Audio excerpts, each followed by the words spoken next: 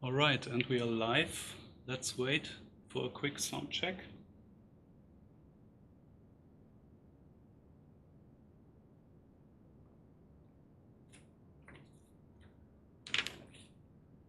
Sounds very good. Okay, then welcome everybody to our first Super Samurai Market. Today live from Hikone. I am here with Mr. Robert Hughes. Greetings, everybody. Welcome, and thank you for joining us. We know that international times are not that convenient, but this event is live and it runs during the business hours in Japan. So we appreciate the fact that you're making an effort and following our operation today. This is the first time, and we're going to do our best to work through some of the issues we face, especially the technology matters. But if you can stay with us, I'm sure we can show you some very interesting items from this event. More about that later. Anyway, the procedures, my partner, Paul Kremers, will explain those issues to you right now.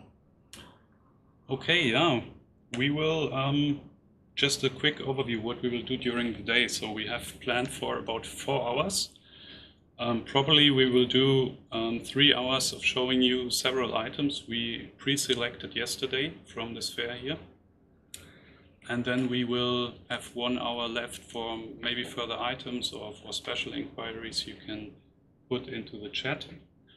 And then, yeah, you can use the chat in YouTube if you want to ask us questions. We will dedicate some time after each item to look at the questions and to answer it best we can. What else? Yeah, we have a little bit trouble with our Wi-Fi here, so actually there might be interruptions, and we will try to reconnect as soon as possible if anything goes wrong. We have to take a technical break after about each 25 minutes. And then we arrange items, take new items, and be back after the break. You can also send us a chat message during the break. And what else? Yeah, the stream is a little bit delayed, I think like 10 to 20 seconds. So whatever you send us in the chat will take some time until we answer anyhow. Did I forget anything? No, I think you covered the main items. The chat function, please use it only for very limited specific inquiries. If there's something that's going to require a lot of our time to investigate and deal with, we can't actually stop the live stream programming to investigate anything or provide any research-based additional material. Anything like that, you can actually send us an email using the purchase function, and if you reviewed all our operational directions that were given on our web page, you'll know that there's a purchase email address that you can access in the event that if you want to buy something right away, you can use that immediately. And as a result, we'll process the purchase orders in chronology of when we receive them. So this policy will be first come, first purchase. In the event that somebody changes their mind, then the item, of course, would be offered to the second individual on the list, and so on and so forth. Now, this live stream will continue for the 4 hours that Paul mentioned, 3 hours of presentation of items, and then we'll be live online for 1 hour at the end. So any lengthy considerations or engaged chat conversations, we can spend extra time at the end dealing with the topics that you might have for us, or receiving your feedback will also be good for us on how the flow went and what your impressions were of this event. So this location is Hikone, and it's a very very scenic and wonderful small community. The Hikone Castle is one of the national treasure castles of Japan, and there's a beautiful resort hotel right across from the castle moat, and it's very good accommodation. And if you're ever traveling in Japan, we highly recommend that you visit this location. There are many things in the community itself. So the history of the Ie family, Ie Naokatsu, and some of these legendary samurai are, this was their home base, but also the famous katana kaji swordsmith, Kotetsu, is also a resident of Hikone. So there's a lot of local history and interesting things. It's not very far from here to visit the Sekigahara battlefield.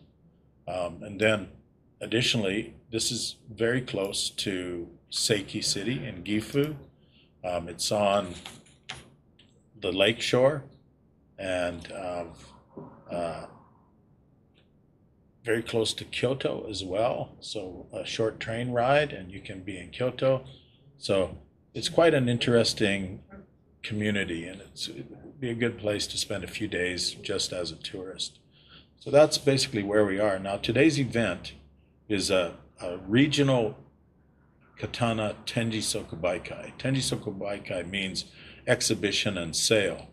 And many people are aware that the Daito Kenichi, the premier sword event, is offered once a year. But what people may not realize is almost every week, somewhere in Japan, there are these Tenji Sokubaikai being offered by either individual dealers will go to a location outside the city where their shop is, and they'll stay in a community maybe for the weekend, Friday, Saturday, Sunday, and offer a special exhibition.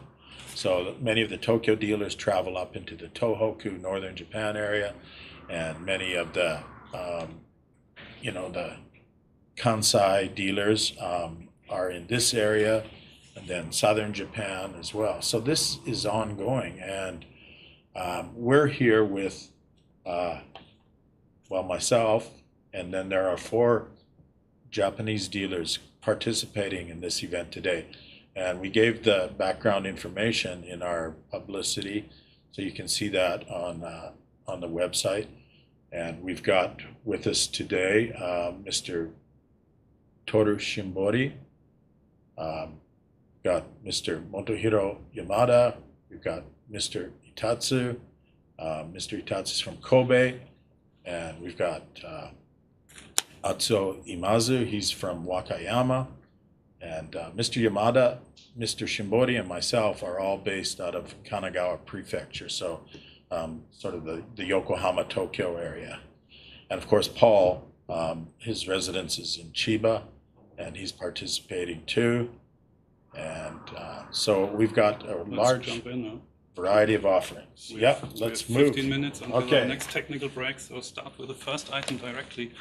As you see, I will update item title here in the screen and item number and the price on the bottom right. So I will try to keep it updated as much as possible. If I forget some numbers or something, please remind me in the chat. Okay, so the first item up is something that is quite spectacular. And this is a sword and koshirai arrangement. And why is it interesting? Well, that's what we're going to investigate right now. So the sword itself is signed Unshuju Fujiwara Fuyuhiro.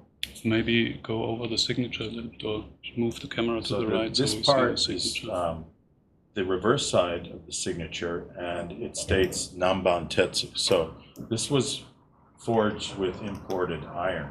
So we'll look at the signature on the other side in a minute. But first, we'll just present the blade. The blade itself is 68 centimeters, but the mihaba is massive, and also the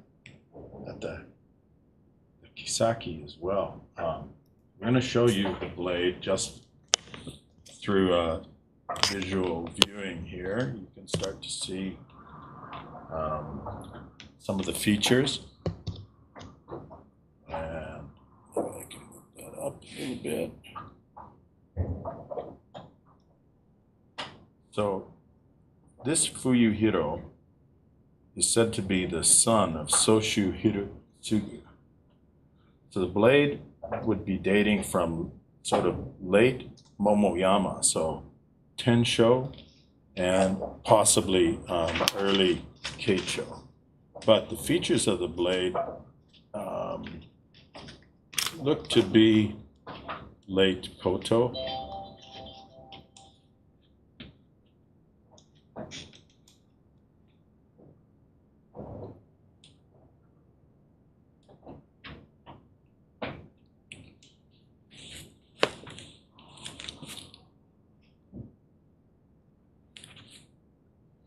I'm not sure how well you can see that. You zoom in a bit.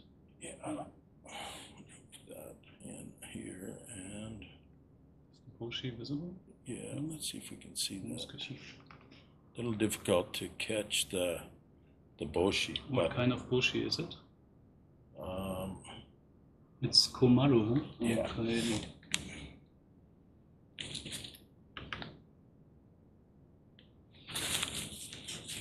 so we'll do the reverse.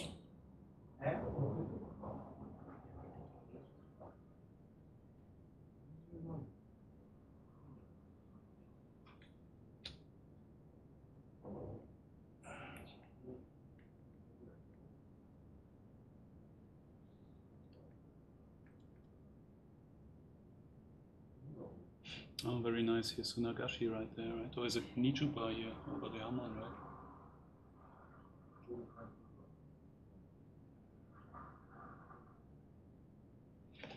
And yeah, along So you can see the Inazuma. Hataraki.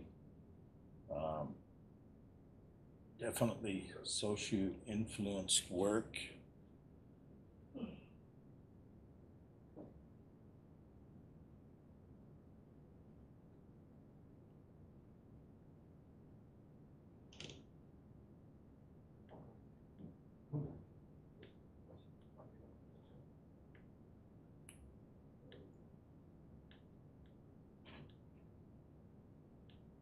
A little bit up. Yeah.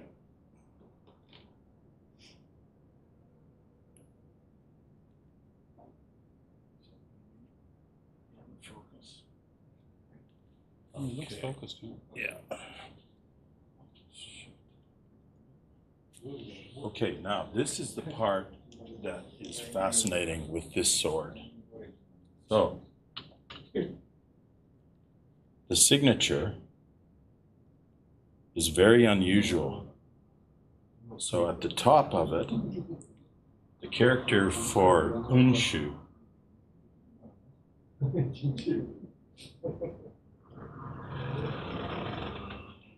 this character contains Christian symbology. So there are items in here that basically indicate that when this sword was forged, the smith was either commissioned or did it voluntarily, but he included some of these features into the Nakago. So there are two specific characters that indicate this, the top one for Unshu, and then in the bottom part of the Fuyuhiro signature, if we look down here at the Fuyuhiro, you can see that, okay, this is going to be on a bit of an angle, but at the top of the Fuyu, there's also a Christian cross has been inscribed into the character. So this is original to the signature of the blade. So questions arise. For example, was this blade commissioned by a Christian daimyo?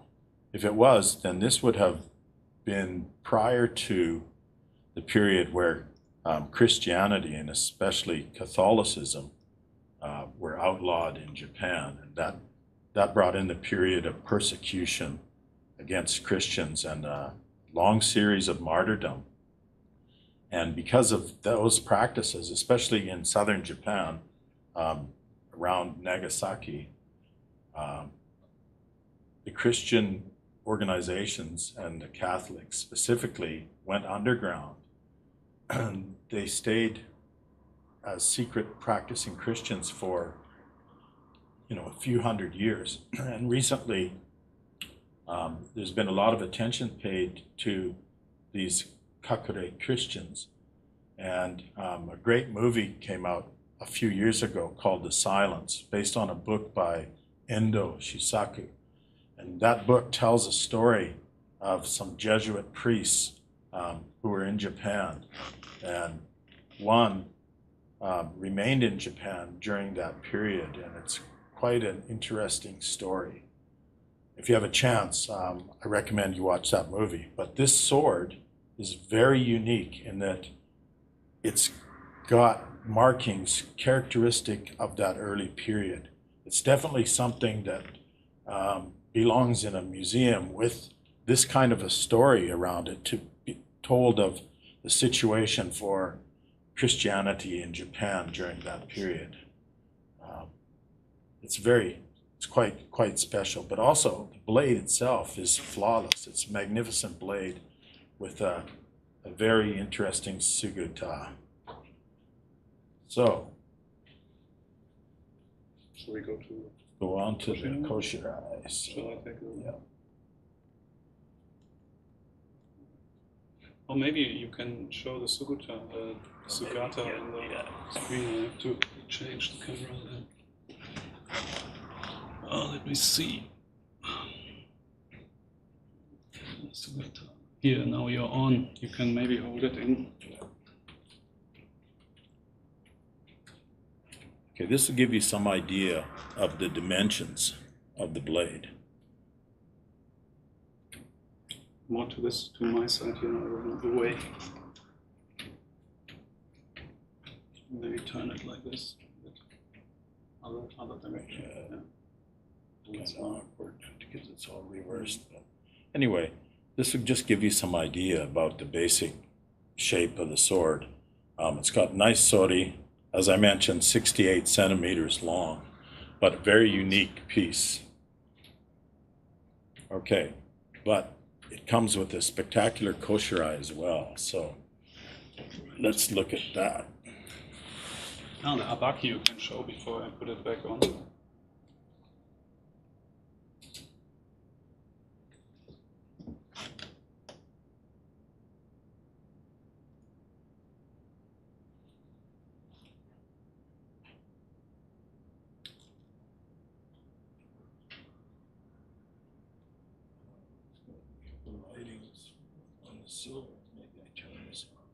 Maybe zoom out again. I zoomed in.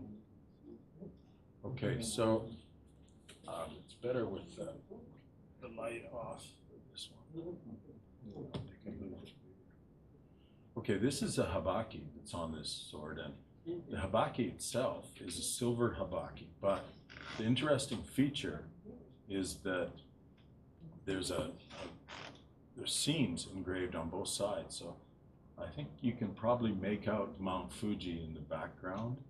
And then you can see there's a daimyo procession, and you can see samurai retainers carrying the kago basket with the feudo lord in it on this side. Then on this side you can see the procession. There's a pine tree and a mountainside. So the habaki itself is quite interesting from an artistic perspective. All right, thanks. Now, the koshirai.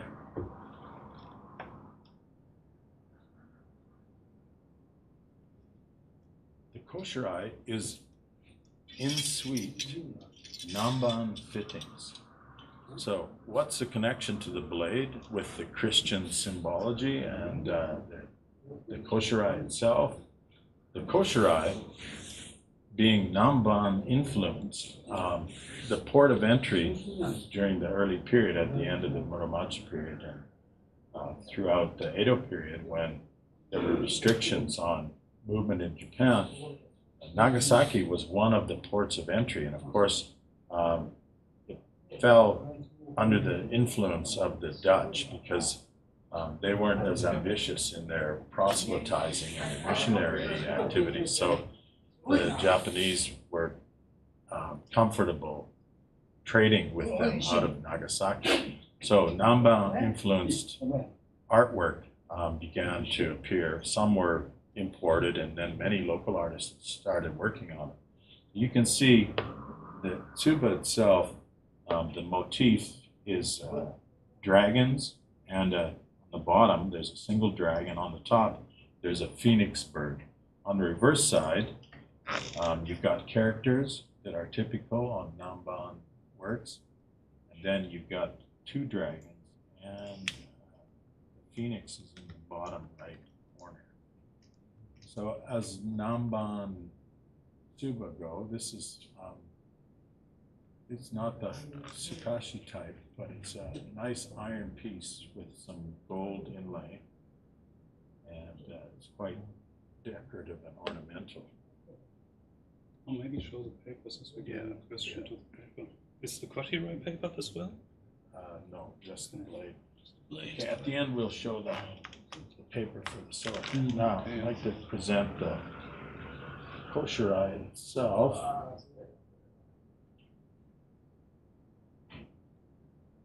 So that shows up very nice. Yeah.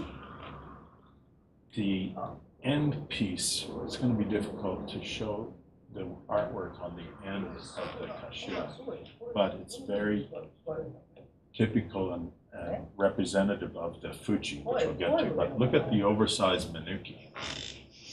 Okay, these are basically Namban dragon in gilt on top of iron treated. Looks like Shakudo influence. Anyway, very large Manuki. And then you can see, again, Namban influenced, large size Fuji. But one of the more interesting features is the kurigata, which is the head of a dragon in iron with gold inlaid eyes. So this is a bit of a rarity when it comes to sword fittings on koshirai. The dragon's horns are folded back onto the top. It's quite unique. The color of the saya is it's a green finish with ground shell powder in it, which gives it that kind of metallic or metal-flake look. We're on the timer, so in about 2-3 minutes we have to make a short break. Whatever you want to show now in the next minute. Okay, we're just going to show the end of this koshirai. You can see the kojiri is also quite spectacular and massive. It's carved iron work. And there is one more little fitting that's been added to the side of the saya here too. And that also depicts a dragon and a leaf. So, the last thing is just a quick view of the paper.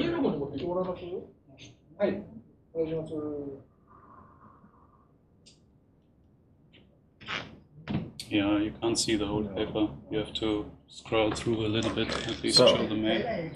You can see that the signature's there, and then the Nakago photos really illustrate well these Christian modifications to the Japanese kanji that are used in the signature. This will show you Okay, we're down. last time, and our time is going to run out, and we're going to take a little break. So this is the first item. Hope you've enjoyed viewing this piece. Okay, we take a short break of about 5 minutes, and then we will be back with more info. You can use the chat during the break to ask us any questions. See you soon.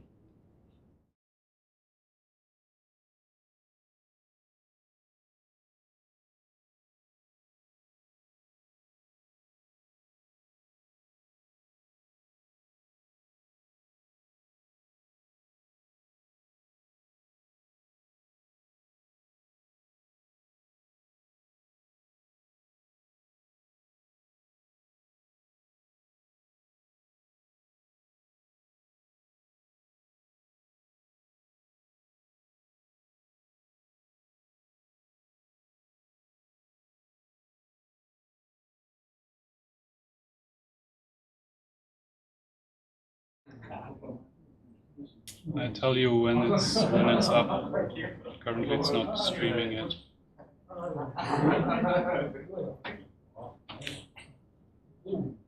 Oops.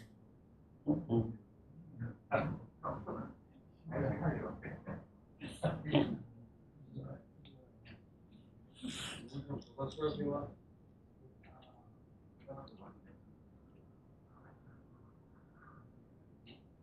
Get any messages? We lose about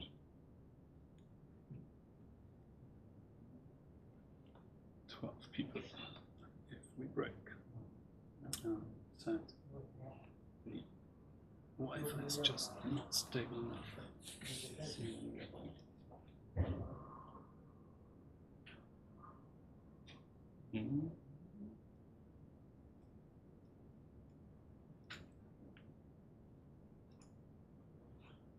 Did I give the price? I didn't. Did I put the price here. So okay. Okay, so next up is a Tsuba. Is that correct?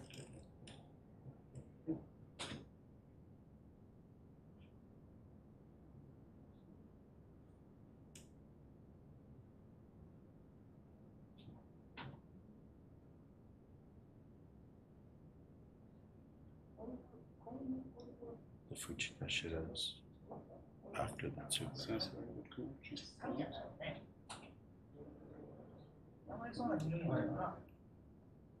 Pardon?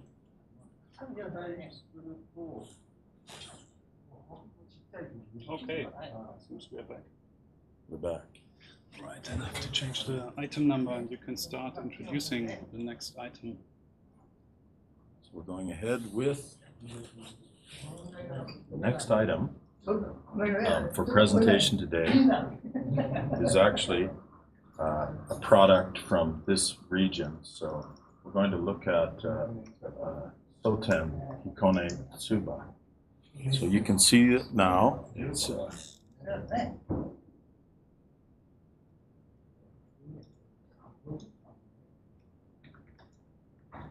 visually available to you, and this particular Tsuba is a battle scene, and on the reverse side, first we look at this side, you can see this nice detailed Soten work. The faces are well done. There's very little wear. The condition is very high.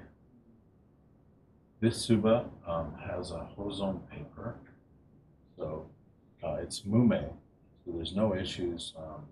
Everybody knows there's a large number of poorly attributed signatures to many of these works. This is the reverse side. The image here.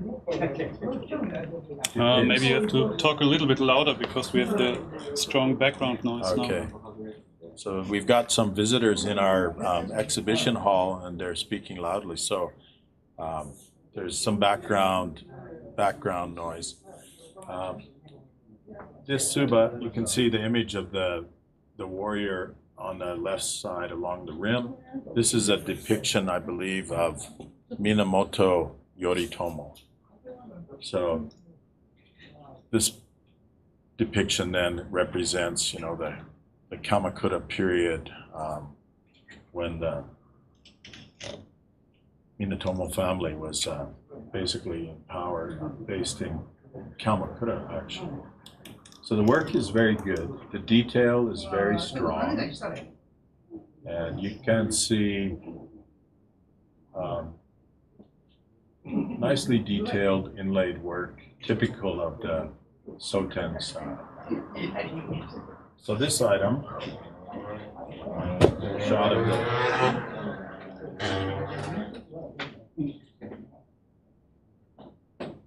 this is the Hozon paper, and the price of the item is also included inside the folder with the Hozon paper. It's 250,000 yen,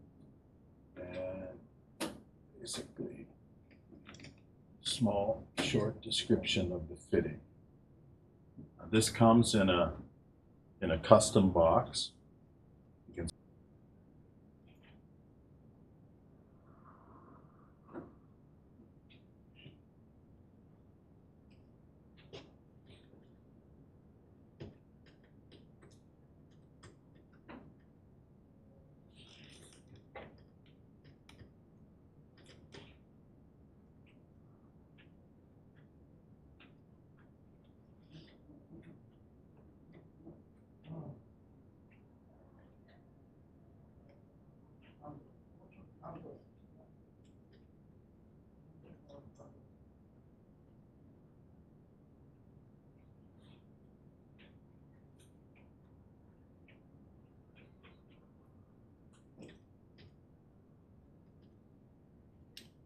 I think we're back on. Let's see if someone's getting through. Sorry for the interruption. It seems our internet stream was somehow lost. We should be back. And we're just completing the discussion about the Sota and Tsuba that has a Hozon paper. Mume item comes with a custom box. You can see it's got the insert that sets the Tsuba up.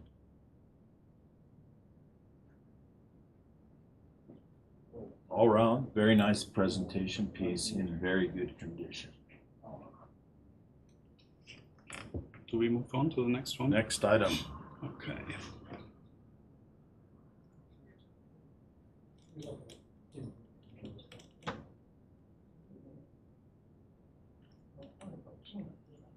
Okay, the next item is a Fuji Kashira.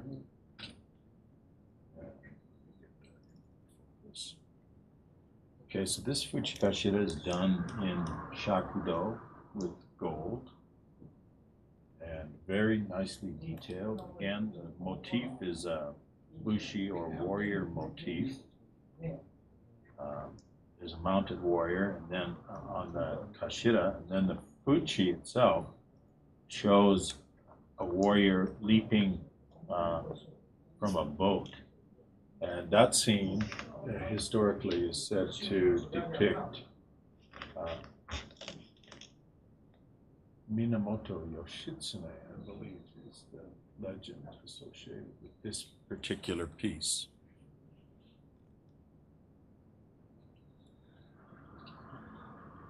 So if we take them out, examine them,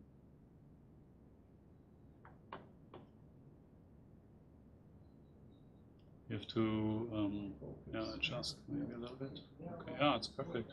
Very nice.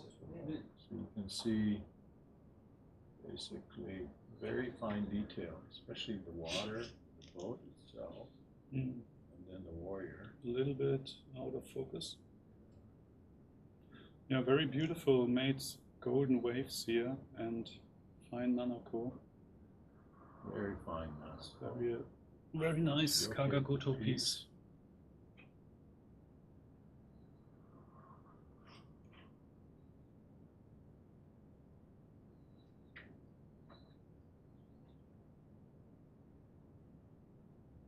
Also Mume.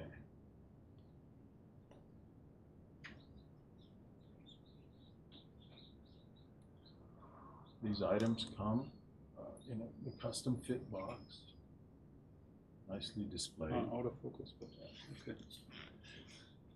And as Paul said, these are papered items to Kagagoto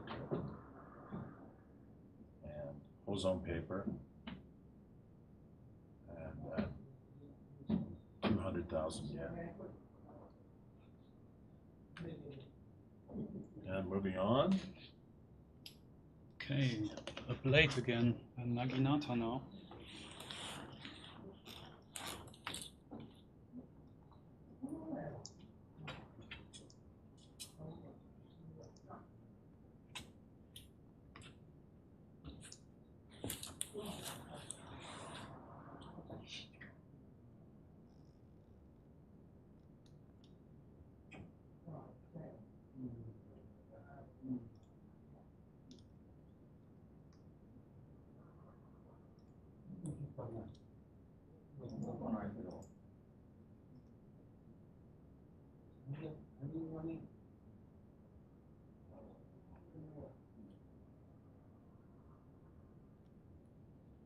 Okay, so the next item up is signed Owari-ju Kanetake. So this Owari Smith was working in the Shinto period. So the Edo period, there's no date, but the length in Japanese measurements is Ishaku Sanzun Yombu. The Nakago itself is fully intact. It's got a single Nekubiana. The Nakago has a fairly dark patina.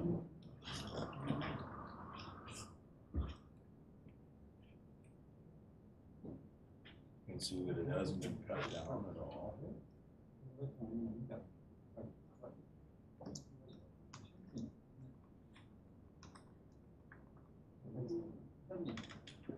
Now let's examine the blade. Oh, what do we see here? There's a carving in the blade, and it penetrates right through the blade itself. So this type of carving is called a Rama, Sukashi Rama. So It's a bit too bright, maybe. Can we, okay, you want it beta, right? I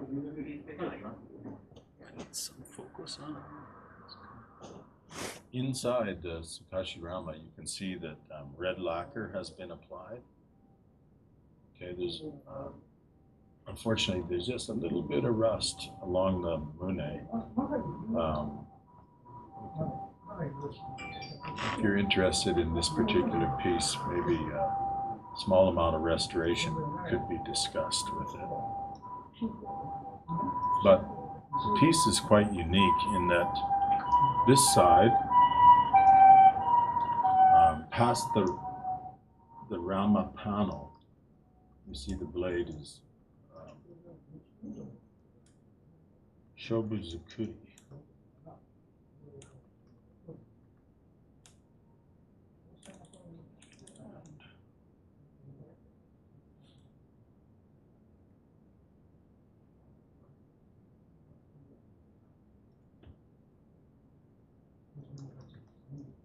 Nice overall shape.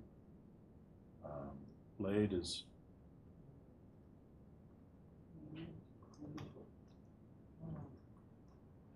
not so large, maybe it's typical size for Naginata. But what makes this interesting is the reverse side. So when we turn it over,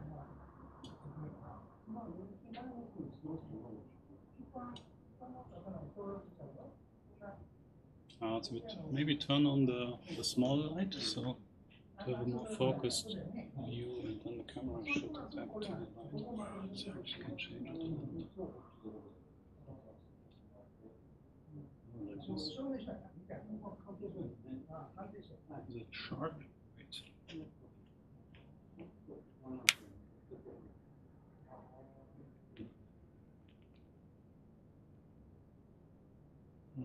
It's sharp, you can see that. A bit too bright.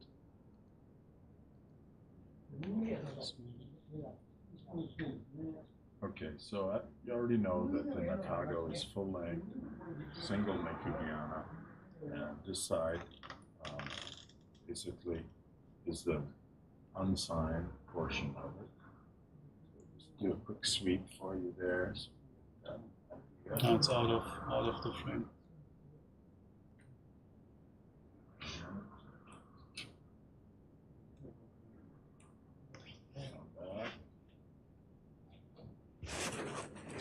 Did we look at this one? Did we add up?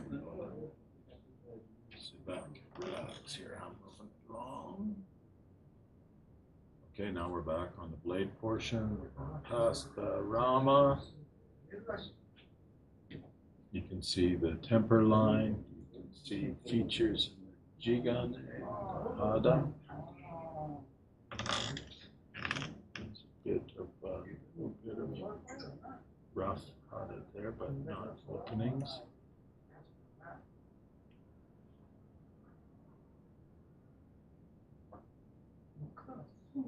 And Kisaki portion, really interesting. Now, you probably noticed that this side is katakiriba. So it's got that beveled edge on it, which if you've ever practiced cutting, you know the katakiriba edges actually offer very, very sharp and wedge style entry into tatami mats and bamboo, and they cut very well. So this piece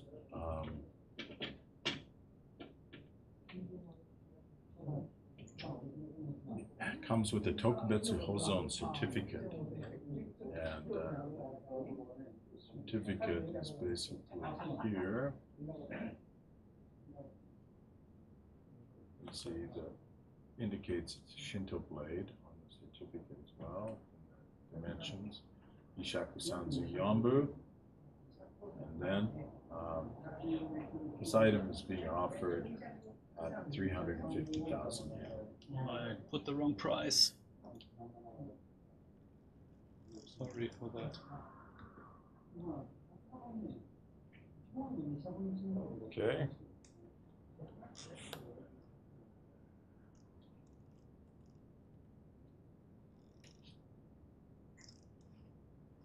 So, moving along,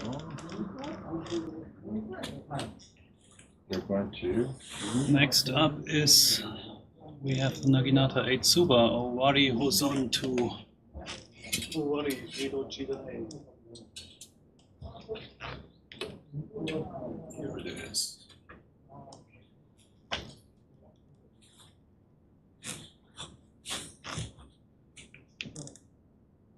Thank you. Does loud help? Yeah, you can turn off the light now for the Tsuba. I think the surrounding light should be good enough, and I will brighten it up a little bit. There we go. Something like this. That should be okay.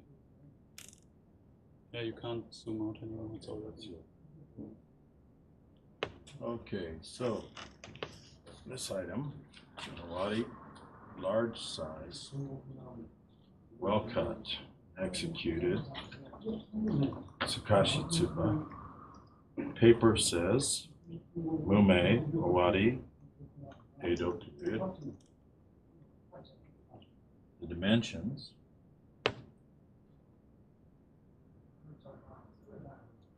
'84 millimeters, side to side and top to bottom.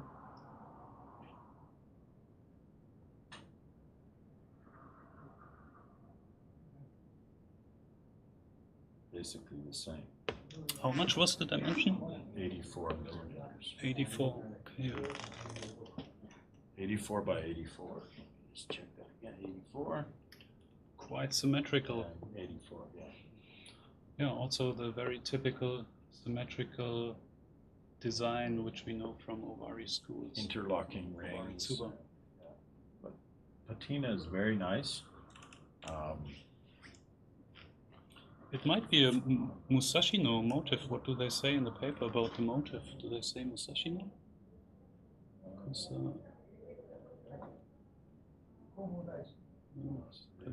I'm not sure.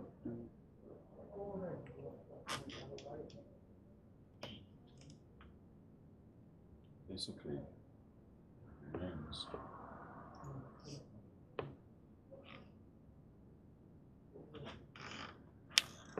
Okay, there's the reverse side. See, the patina is strong on both sides. And this item is being offered at 100,000 yen. So, custom box, Hozon paper. So the Hozon paper is roughly, how much is the Hozon paper these days? About 20,000 yen. Yeah, so, or 17 for fittings. maybe. Yeah. Then the custom insert is another. If it were a new box, the whole setup would probably be 25,000. So you had the box, the Hozon paper, and the Tsuba, all for 100,000 yen. That should be fairly attractive to somebody if they're interested in Owari fittings. The paper just reads Ring Zukashi. Yeah, rings. Shall we move on to the next Move one? on. All right. Yes, sir. The next one will be a Kogai Shakudo Nanako, who is Hozon papers for an amazing cheap price actually, with a small kiri on it. I believe the size is probably maybe rather a Tanto or a Wakisashi Kogai. What do you think? Oh.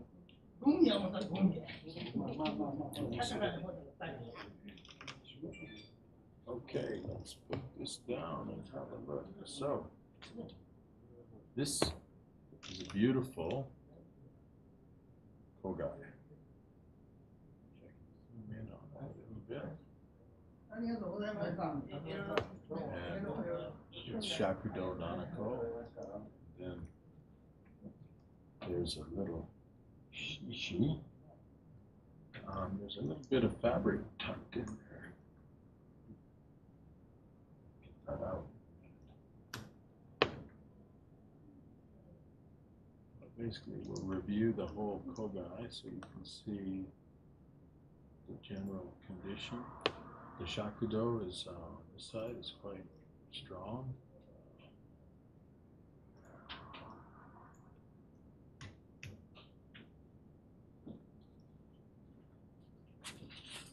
Comes with the paper.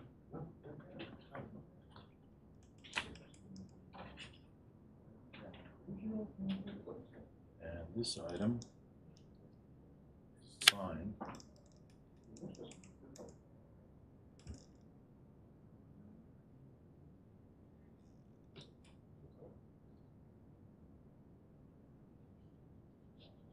And the signature reads Mitsutomo.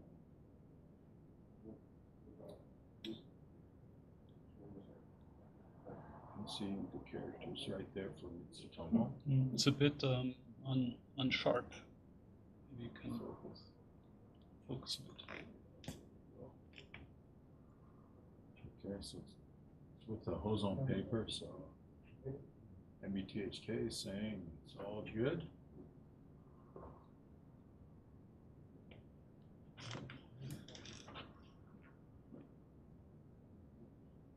And we'll review the back side. The lighting is kind of playing tricks with the Shakudo finish.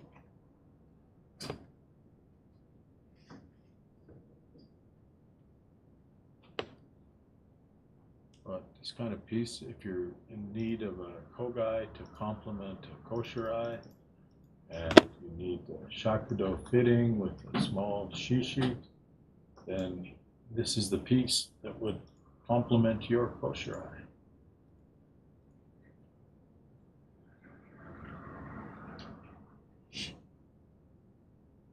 Yeah, this might actually be from the Haynes catalog number 05459, Mitsutomo from the Goto family, and worked in Mino province around 1775.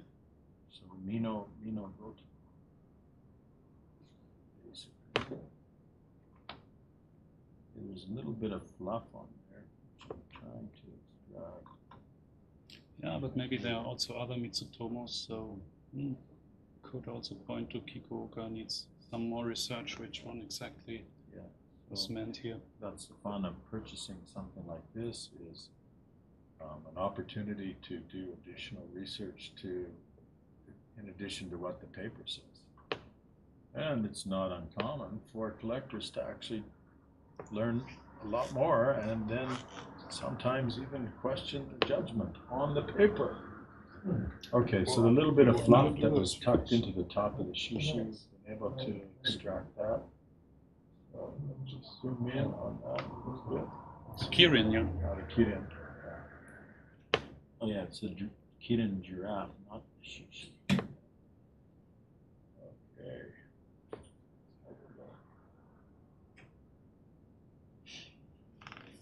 And right back to focus. There we go. The Kirin, the legendary giraffe with the very short neck. But the same image that's found on the beer labels of the Kirin Lager company. Okay, so this item priced at 75,000 yen.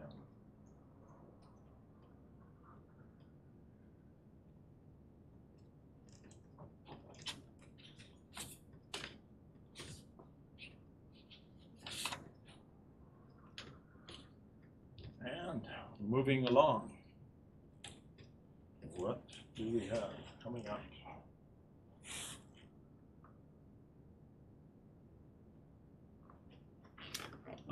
Let me check. After the Kogai comes a Tsuba, very simple Edo Zukashi with a copper rim. Yeah, quite reasonably priced. It's rather something you would use for a mounting project, I'd say.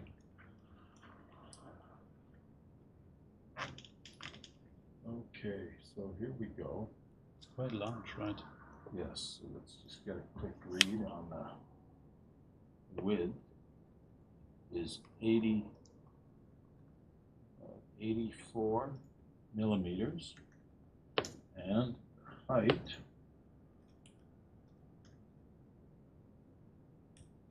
let's take it out of the box.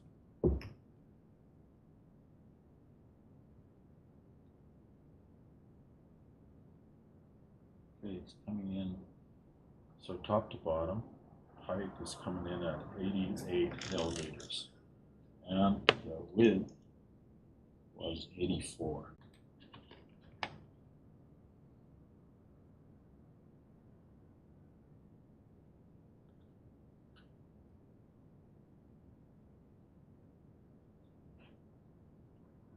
Okay, seems we are back on the line. With a little bit delay, but maybe still manageable. Okay, so next up is Fuchikashira. Yes. This one is Do Shishi you want to explain or shall I? Go ahead. Yeah. Yeah. Okay then. Yeah, we have a nice Fuchikashira with Shakudo Nanako and two golden shishi on the Fuchi and one golden shishi on the Kashira. Is it possible to zoom in a little bit on both? Okay, so there's the Kashira. Let's see the detail of the shishi. And slide over, and here's the two. Okay, a little bit sharper, maybe. Focus. There we go. Okay, yeah. We see that we see a little bit of wear here. They probably have been mounted already. I think they are unsigned. Yes, Mume. Yeah, it's difficult to put them into a special school. Of course, they are not very highest quality, but very nice for a mounting project with shishi motif. Yeah, can we get the measurements? Yes. I should update the item number here. So what we got, the Fuchi is 39 millimeters. And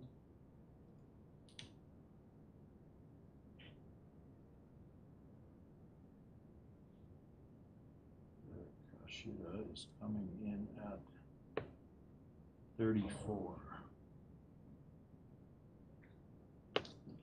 Yeah, still 39 is still okay, right? Still for katana. Yeah, still would work on a katana, as long as the katana is not oversized. But typical would be fine. Okay. Comes with the box, and the price is given at 55,000 yen. No paper.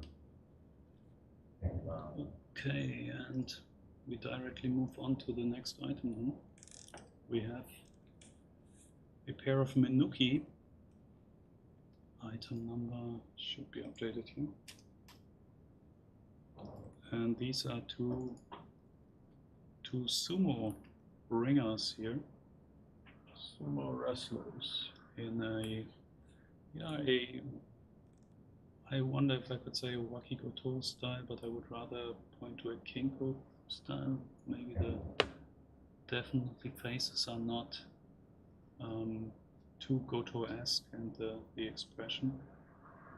These are really kind of a strong novelty item of sumo wrestlers as Menuki. As Paul mentioned, the face detail is not as strong as you would get in maybe Goto work, but still very interesting. You can see quite a bit of detail into, say, the hand and the leg and feet, legs and feet, and basically sumo. It's not a common motif for Menuki, but it's definitely interesting. Can we show the back side of them? I think the shakudo is quite thick.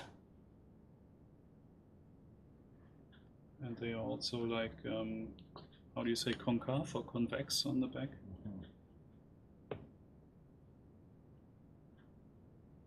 So well carved. The stems that hold them in place when they're mounted are quite long. You can see that very well or not, but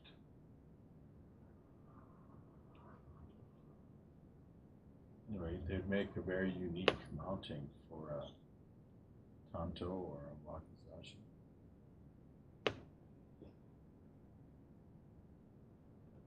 Overall, pretty good work, considering the price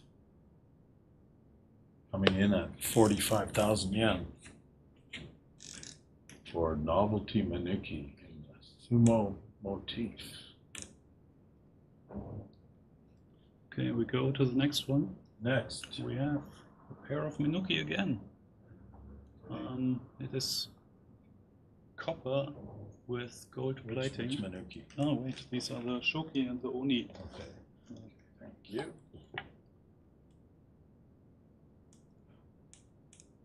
I should update here the title. Shoki. The shoki is running after the oni to catch him, huh? Yeah, Shoki the demon quailer and the oni having some fun. Let's go with large features. You can see a little bit sharper, maybe a little bit more focus. Yeah, that was pretty good. How about that? A little bit back. That's perfect. Yeah. Okay, so now you can see the facial features of Shoki. I wonder, he's carrying a ken. Yeah. And he's getting ready to take out the oni. I don't know. Usually Shoki's depicted with a beard. Anyway, seems to be some kind of a demon quailer, because here's the oni. And there's probably a legend behind this particular set. Right? What is the oni carrying? Yeah, he seems to have stolen something. Oh. He's got, look at his feet, 3 toes. The 3-toed oni. Wow, he looks, look at the expression on his face. He looks like he's intent on running away with this. He's dedicated to his mission of. And what's really interesting is can you show both of them? Can you zoom out again? Sure. So here it looks like the oni would run towards the shoki, but of course if you put them on the tsuka, then actually the oni will run to the left, and he will also follow him on the left because the shoki is on the other side, right? So they both run towards the blade. On opposite sides. Anyway, another kind of novelty Menuki setup. And definitely an opportunity to research the story behind it. Did we show the back side? Moving to the reverse side, you can see basically,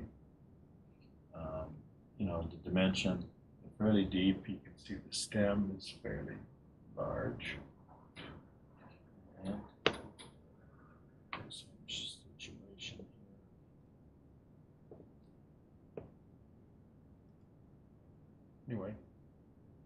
Is it probably with what's the way of putting the gold, applying the gold? I think it's you put a chemical and then it evaporates and leaves the gold, right? Yeah, like it's gilt. What's it called? Gilt finish, gilding. My father will laugh at me because he taught me so much so often how You this is forgot called. 35,000 yen for these Menuki. Okay. Moving on. Next up. Next one is a pair of Menuki again, almost same making, 2 dragons, also made in copper and plated with a thin gold foil, if I'm not mistaken.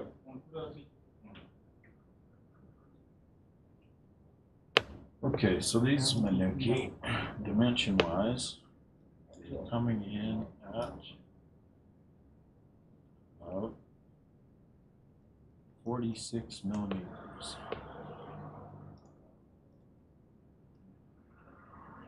So 46. And the widest portion would be near the head at about 10 or 11 millimeters. So long and slender. Detail. Let's go in and have a look.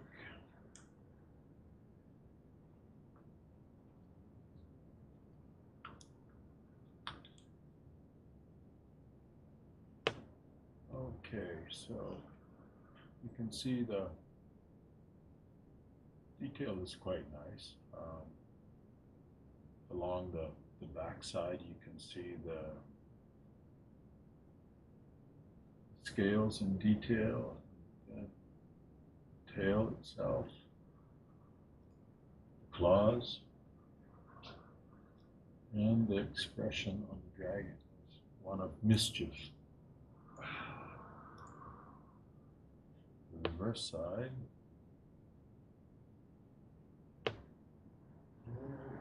See, the stem is intact.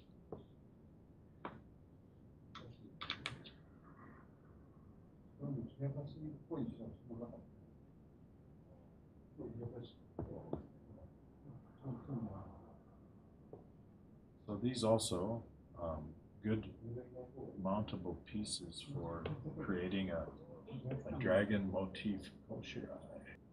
You could get away with using these on a katana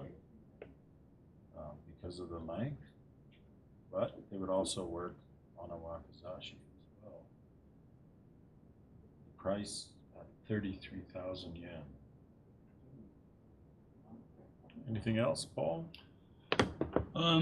We already talked about the size, right? You measured them, and yeah, it's also, I think, a very good price for if you want to mount a koshirai with dragon motif. Yeah, no mistake here. So. No, they are what they are.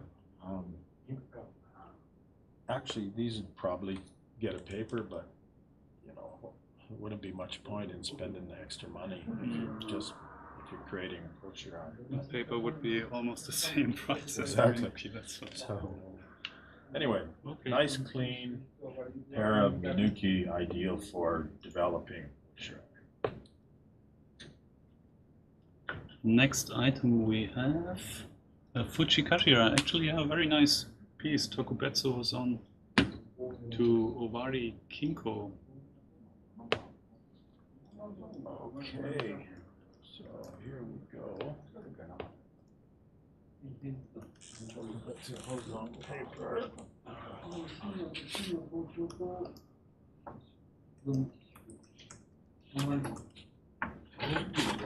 Yeah, we have, I think it's an Ishime ground in Shakudo. and with these kinsogan, these gold inlays, which are not flat but a little bit elevated over the ground. Right, they're a little bit high relief. They're not totally flush with the surface of the fuji.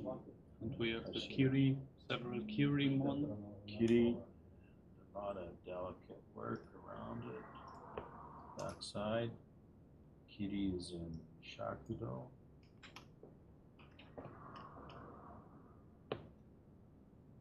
These are unsigned. You can see that. And we'll move on and look at the kashira. So again, you've got kiri, two kirimon, two kiri representations in gold inlay, and then the middle one is in shakudo.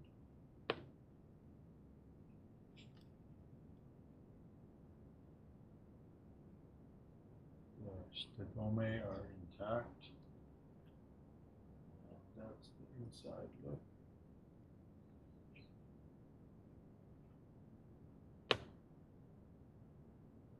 The dimensions.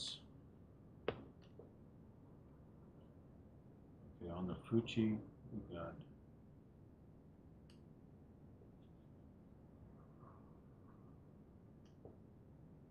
36 millimeters.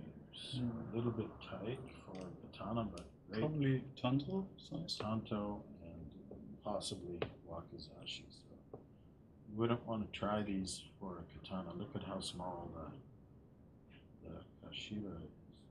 And here, yeah, down to 29 millimeters. But work is good. Very delicate inlaid work. Did we show the paper already? No, we're gonna get to that. Yeah, because this is actually, I think, quite reasonably priced for Tokubetsu's on paper work. I mean, the paper alone costs, what is it, 40,000 yen? Yeah, 44. 44,000 yen. This was in Shinsa in Reiwa Ninen, so 3 years ago. So it's been fairly recently put through Shinsa. You can see there it's Owari Kinko Mume. And just nice overall piece.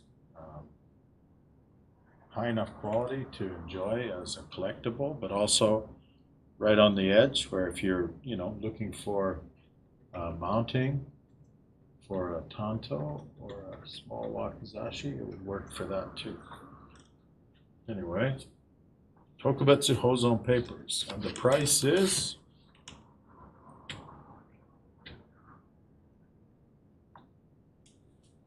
The price is 120,000. 120,000 yen. So JPY. you deduct the cost of the paper, which is about 40,000 from that, and that means the fittings would be coming in around 80,000 yen. Anyway, you don't need to put it through Shinsa. It's already been accomplished with Tokubetsu Hozon. Okay, then we go back to a blade now, right? We have a Tanto Seki Suikoto by Kane Iwa. Do we have it here? Yes, we do. Oh, yes, I think it's this one, right? It's in the Koshirai no Sayagaki.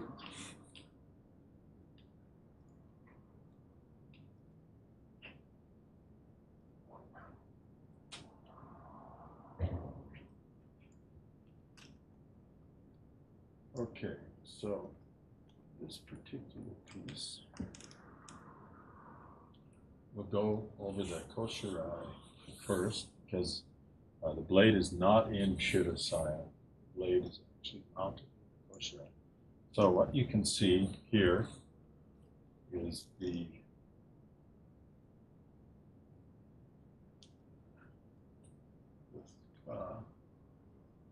wow, very nice. Yeah.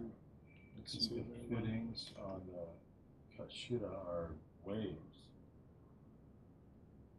and they're done in silver. And then on the end, it looks like it's copper combination or brass, probably copper. But can't get it into the camera on end perspective, you can only just see it from the side. But We could take off the Tsuka, right? But is it too much now to take off the Tsuka? Because this is really beautiful, yeah. It's very well made, Uchikashi especially. And the Minuki as well, it's great.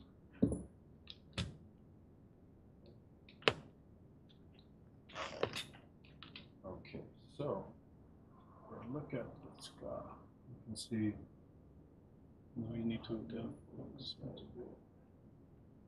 That's the end perspective on the Shura. See that the swirl design is carved in copper. Then you've got back there, focus. Is in silver. And so probably the base was made in copper and then the silver was applied over top. So the underneath the wrap is actually leather, and it looks like it's of considerable age. And underneath it is a black dyed linen. So it's not same. Then you've got the Minuki. Minuki are a little bit difficult to see because they're under the wrap, but the Minuki appear to be shishi. Done in expression. Basic posture could be a tiger. Is it silver? Are they made in silver? Or? It could be maybe silver with some corrosion or patina. Silver. The eye appears to be gold. Maybe we can turn down, if I turn off the light and make it brighter, then you can see right up here. Oh, it's too dark. Okay. Something like this. Okay, let's have a look at the Fuchi now. So Fuchi's done in the same technique as the Shura, of course, because they're matching set. So you can see the copper work, the waves, and also the wave work done in silver. The Fuchi itself is unsigned. And we have this beautiful golden moon applied above the waves. So it's, I think this is called Getsu Ninami, moon Here's over the waves. moon. The motif. The moon over the waves. So you can see the moon right there on the bottom portion of the Fuchi. So, interesting scarf for this mounting. Then,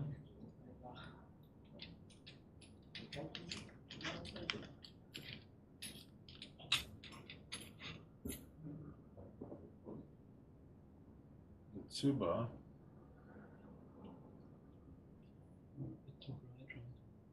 Shall we zoom out a bit? Or?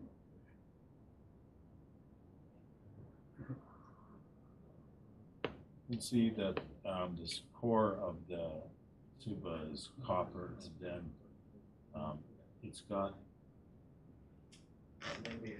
silver or shiborichi application.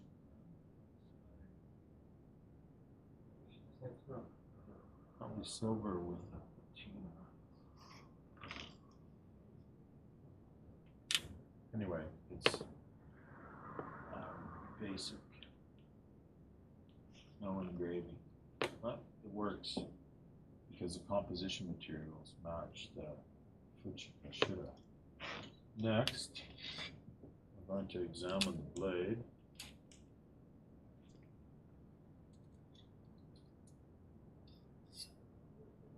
Does it also have a Rosa paper? Yes. Oh, okay, update it. Okay, Update so the here's table. the Habaki. Habaki's pretty much standard copper style Habaki.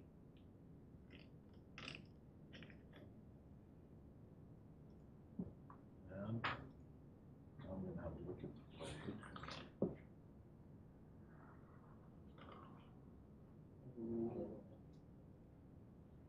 Okay, so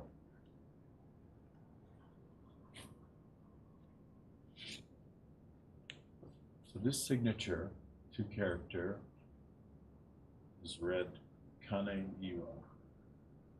Okay, so the Kane is the common Kane that's often found in the Mino Seiki region, and the paper also indicates that this is Kane Iwa from Seiki. So it gives you a very clear idea of where it's from. So this would be late Koto. You can see that. Can you focus a little bit more? I think it's a little bit out of focus. Ah, yeah, back. Oh, I think almost. Yeah, yeah, that's nice. There's some scuffing on the blade, but not serious defects. And you can see that the work is very strong, sort of what you'd expect from, you know, a late Suikoto piece from Mino Seiki. Soshu influenced. Ah, nice. We can see the G, the knee there very well, right? So quite well under the side. Okay. Try to change the lighting a little. Oops. That's not such a good idea. Just made it. It works. I made it. That's good. Like this? Yeah, that's fine. Okay. Okay. So the heat runs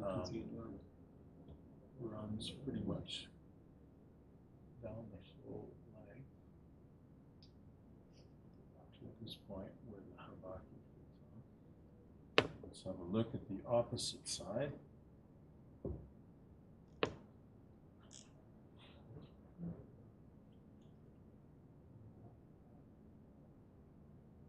Okay, you can see that the nakaga is slightly Suryagi, but the full mei is intact. So this would have been done just probably flip mounted. It's got 3 meikugi ana, so obviously this was mounted at different points, and then, you know, machi or kuri as well. So the he was probably put in later.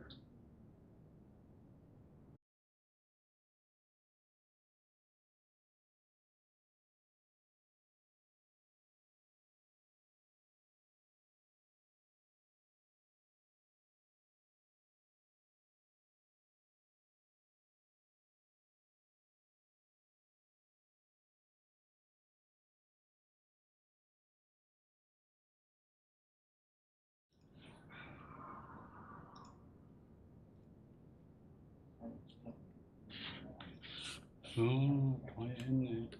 Oh. Okay, we experienced some technical trouble here, but it seems we are back online. However, we will use the time now for a 10-minute break. Please allow us to re-establish the connection well and get a drink. And we'll see you back at around 12:43 Japanese Standard Time, so about 10 minutes. All right, see you soon.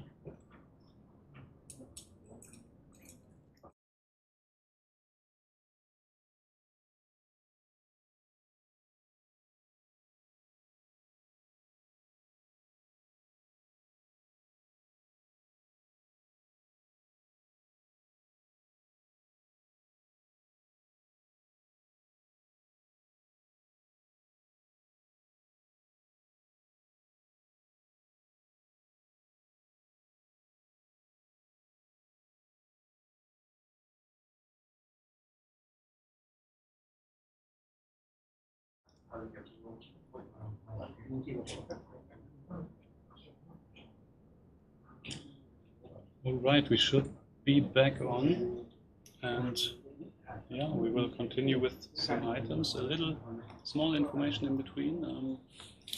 if you have any requests after the event, any purchase requests, please send them to the email shown in the screen right now.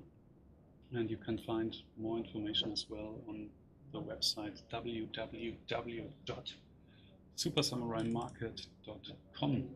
And we'll jump into the next item, a Heianjo Tsuba. I turn over to Robert, I think.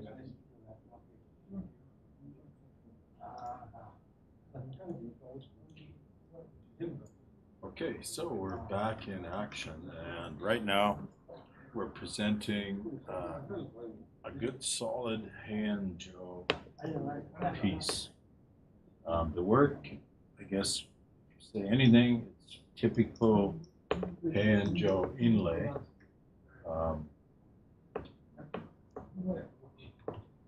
It's quite large, basically katana size. The dimensions we will give you right away.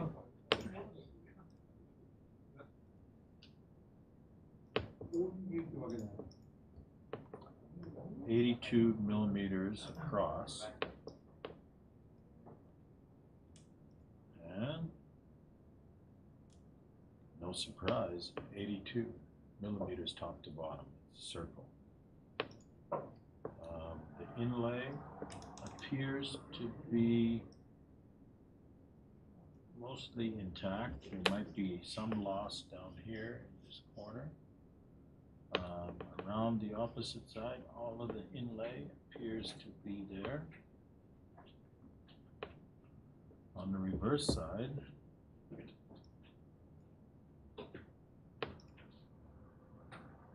the brass inlay is mostly intact, except it appears there might be some loss right up in the top left-hand corner. Give you a close-up perspective.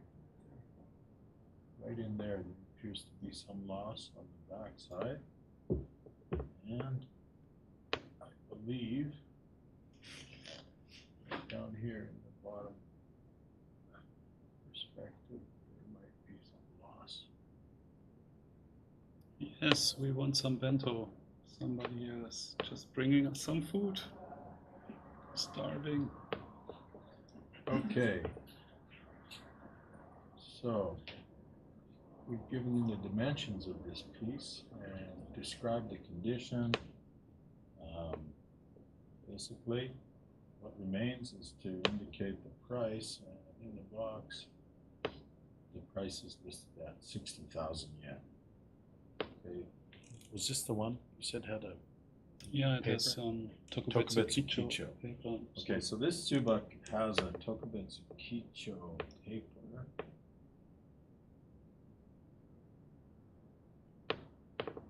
Which means it's the old MBTHK green papers. But this type of piece, it's pretty easily identifiable. So I imagine most people would be concerned about, resubmitting and paying the extra money for a ozone paper. But it's a nice weighty piece. It's, we don't have a scale, so I can't give you the weight of it. But make a nice mounting on a Shinsakuto for EI. Anything else you want to add, Paul? Yeah, that's it. I think you mentioned everything well. Yeah. Can continue to the next item, which is a Tsuba signed Tadatsugu. Possibly, as the dealer indicated, Kishuteme. Well, there's definitely some research can be done by the new owner of this item. Okay, so there you can see the Nijime, the 2-character inscription, Tadatsugu. And while we're in close-up mode here, you can actually see the nice work inside the outer ring. It's a little bit unusual motif.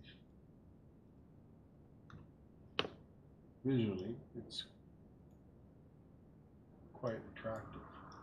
The patina is quite aged, so this would be, I don't know, mid-Edo, I suppose. What do you think, Paul? Yeah, probably. Yeah, early. I can also try to quickly check in the Haynes. Maybe we find the Tadatsugu there. We can maybe spend a minute. I was wondering, the price is only 25,000. 25,000. I was putting even, yeah, For a 25. sign. That's, The signature is good. yeah, It's nice iron Tsuba yeah. with signature. It's so fun. Okay, let me give quick dimensions for this. We're talking width of 78 millimeters. And I believe as a circle, we should have the same top to bottom. Yes, 78 by 78. So nice, solid iron piece with a good patina sign, Tadatsugu, and be a great piece for martial arts play, Shinsakuto, or to complement Koshirai, because the symmetry and design is overall fairly attractive. But what's most attractive here is the price. You can see in the box, I'll focus that for you. The price is 25,000 yen. In US dollars, that's not even $200. This could be the deal of the day, especially if we don't have any information about Shinsa on this, but if it gets a paper, I mean, that's something special right there. Okay. Next we're going to present a sword.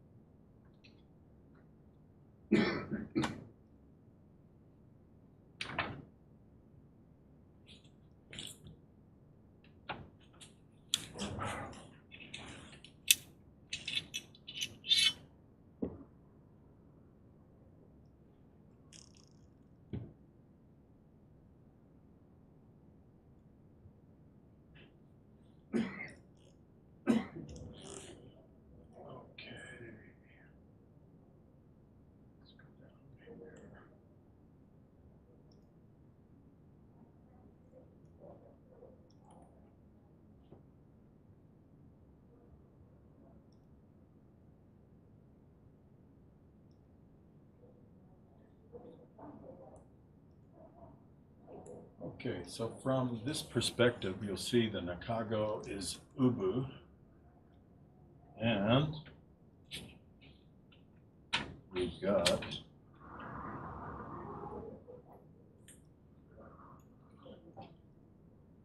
a signature. The signature reads Oshu Ju Nagayoshi. So it's dated Kambun Kyunen, which is year 9, Nigatsu, which is February, and the 1st. So Oshu puts this blade in Aizu Wakamatsu area. So it's from Tohoku area. Have a look at the blade.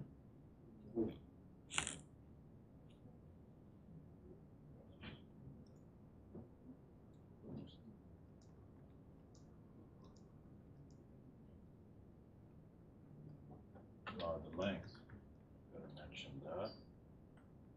This is 69.8 centimeters, so that should come in exactly. Nishaku Sanzun, which was the standard length for Uchigatana in Edo Jidai. Okay, let's move along here and see the features. Well-defined, fairly thick hamon.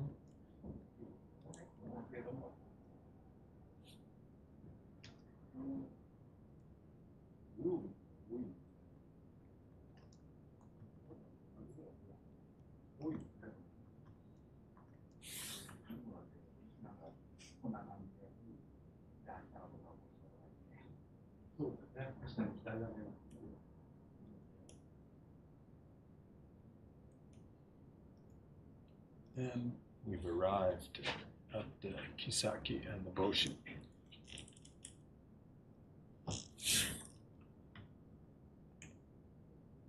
Okay, but Komaru style.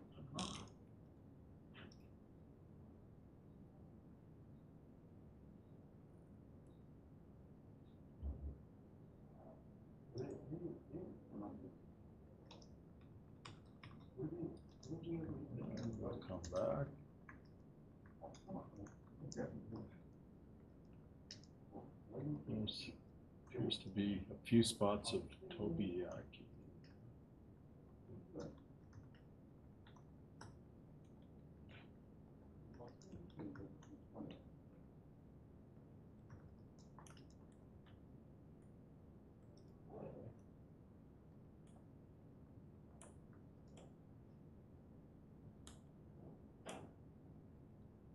A bit of rough GNA there, but no serious openings. Just Anatatsu. Then the date.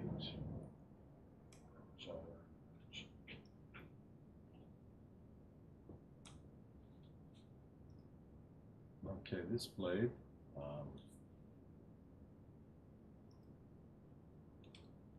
comes with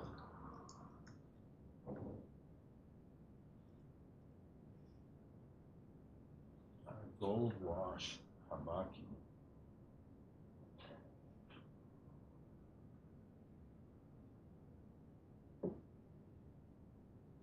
Surface has been gilded. And paper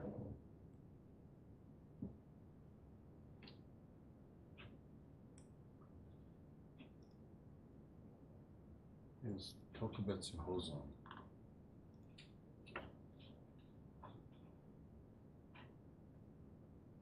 Signed and dated Nishaku Sanzun, Tokubetsu Hozon. Good overall condition, visually quite exciting, and from the home base of the famous Byakutai from Aizu, Wakamatsu. So if you know your Japanese history, you'll know the tragic story of the young Byakutai. If you ever go to Aizu Wakamatsu and visit the museum, the castle, you can see their portraits. They're hung on the walls, and you see that these boys were 14, 15, 16 years of age, and basically so had been taken and their army defeated.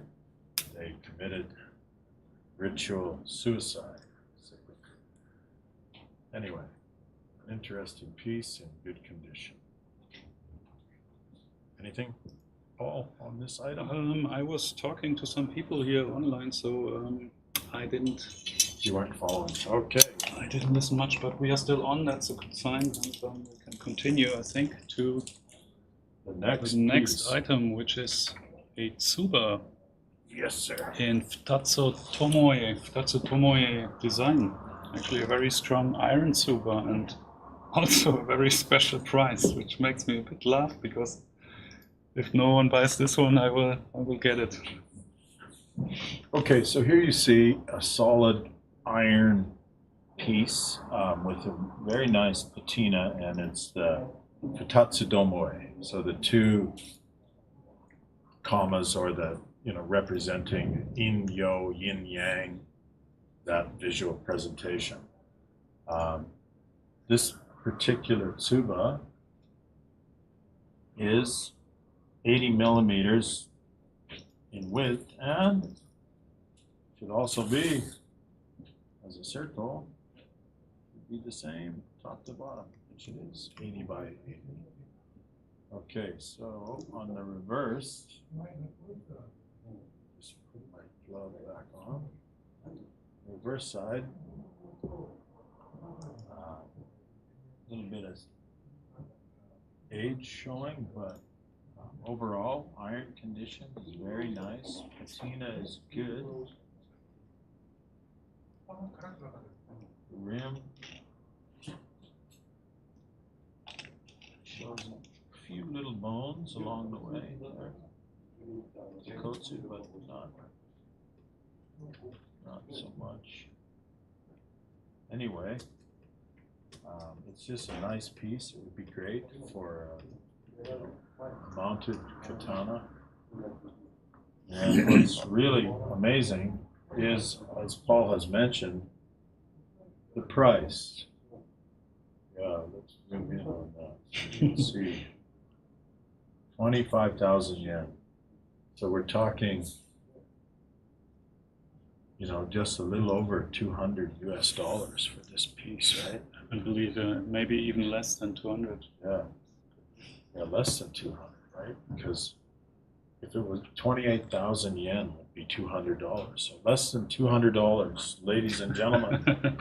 Amazing. And it's very nice iron, right? It's very strongly hammered. We have we see some tekotsu. If you show the rim, it's very strong rim. It's really a nice iron, Tsuba. Yeah, it's good. Can't say anything about it. Okay, moving forward.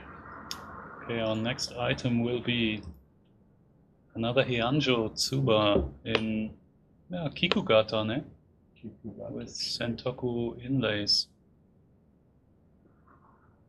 Maybe it is not the very typical Heianjo style, but Heianjo-esque, as you pointed it out. Heianjo-esque.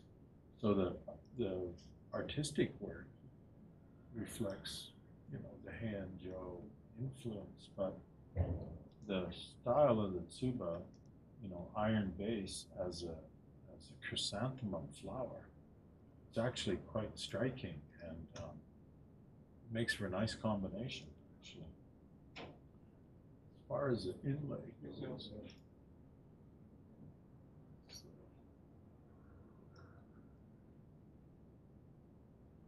there's a little bit of loss in some quarters of the Tsuba, but overall, it's pretty strong. See up here, there's a little loss. Up here, maybe 90% intact. Let's have a look on the reverse side. Go back out. And we'll move in. And start over here. Inlay is pretty much intact here. A bit of loss down here in the bottom quarter. And some loss there, but the large leafy patterns are still there. So it's basically the fine, delicate inlay that in some places has been lost. But still, interesting overall work. And price is also interesting. So this Tsuba is coming in at 36,000 yen, which puts it at about less than $300. Okay, so the width coming in at 80 millimeters, and we should also put the same cut. 80 by 80. So katana size, and just another good bargain for a Tsuba hunter. In case one of your kids or grandchildren is having a birthday coming up, wouldn't something like this make for a fine present for some young kid? And moving on. Okay, the next one is an interesting iron Tsuba with depicting some landscape and number 19, yeah.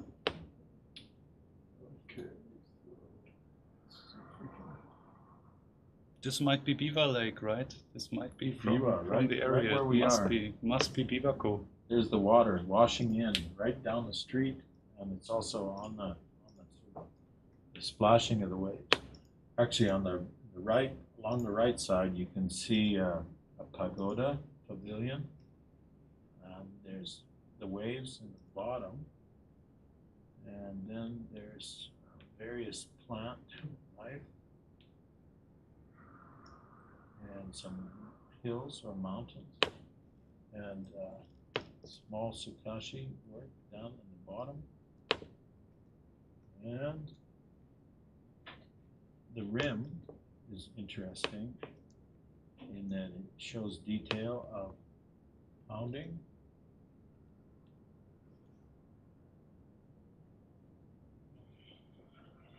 Maybe you need to focus a bit on the rim.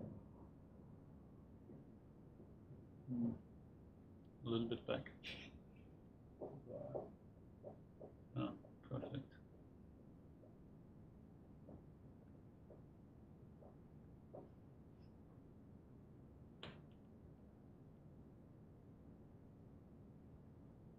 Anyway, it's quite thick. And then on this side, we've got, again, there's a movement of water along the right side to the bottom down here.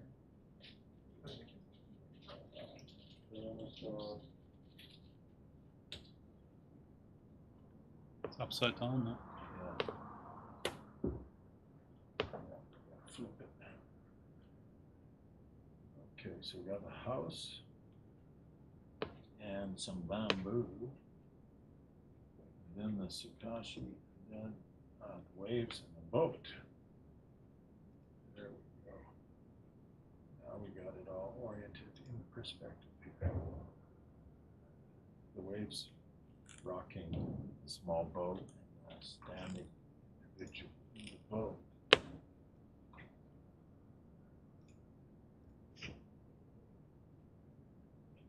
Any comments, Paul?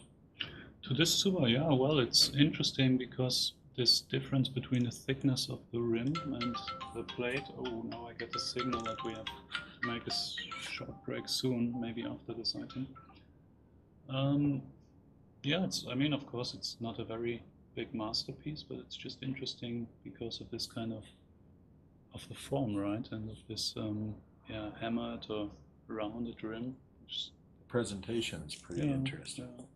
But also the Good for price is mounting. interesting. Yeah, it's just 28,000. Yeah, so yen. here's the price from the box. See. Yeah, that's right along the edge there. That's right.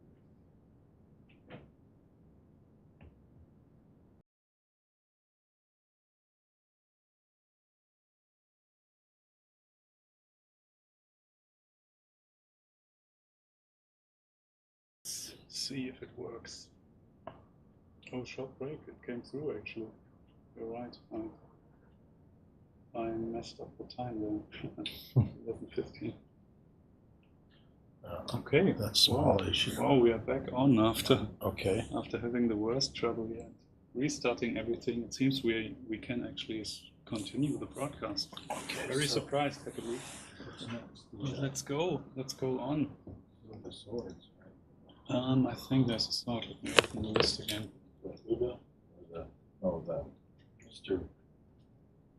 The Kane, this is the Mazu-san. Wakisashi Joshu Fushimi Ju Kanetsune. Mazu-san.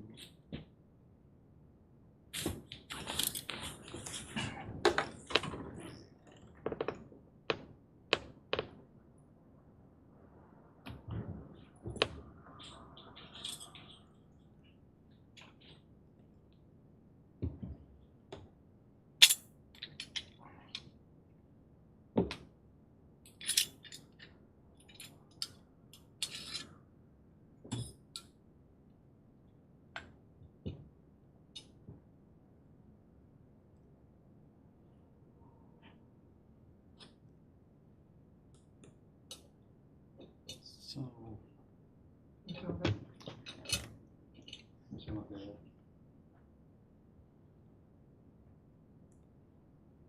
okay, it's number 20 now.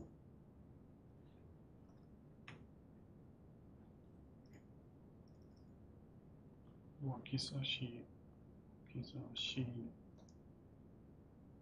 Joshu, Fukushimi, Ju, Kane, Tsune. Was on paper, ne? Mhm.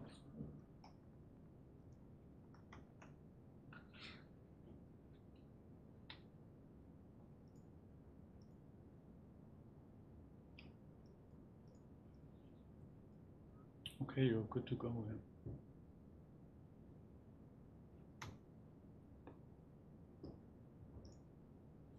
Okay, so next up is a Wakisashi, and the signature reads Joshu Fushimi Ju Kanetsune.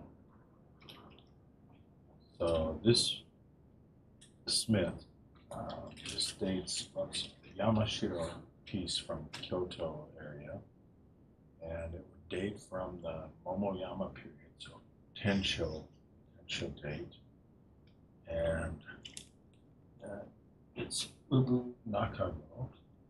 You can see the signature is nicely cut, typical.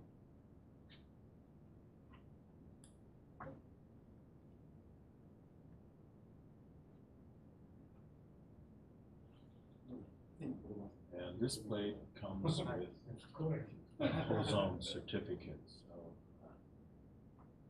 it's already been Shinsa, and the Mei is legitimate. The Habaki is a silver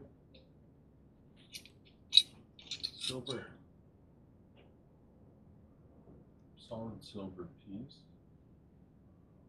Let's see if I can get you focused on that.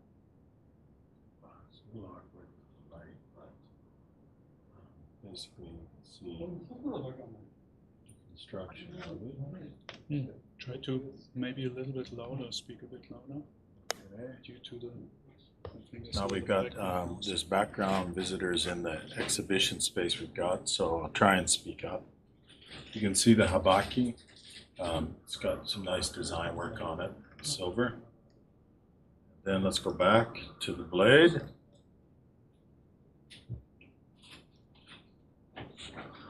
You can see that the hamon is a Hoso Suguha, but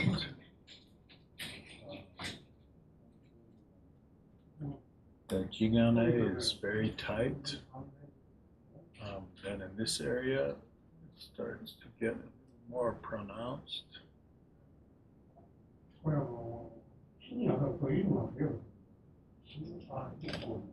A few little scuff marks along the way, but there's a nicely cut he in the blade.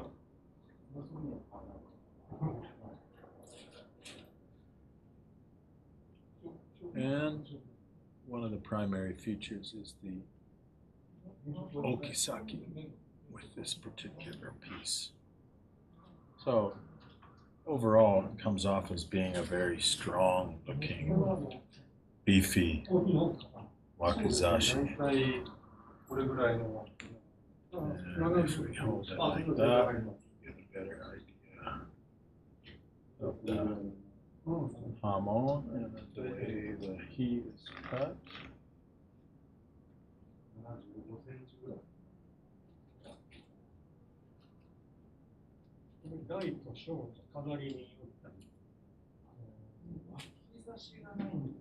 And this particular blade, it's without serious flaws. There's no kizu or openings that detract from the quality of the blade. And a single Mekugiana. And Nakago patina is nice, showing its age.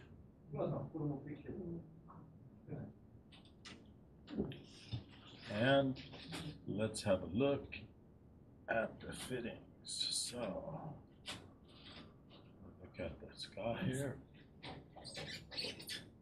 You can see right away that already this is the fine thread Jabaramaki style.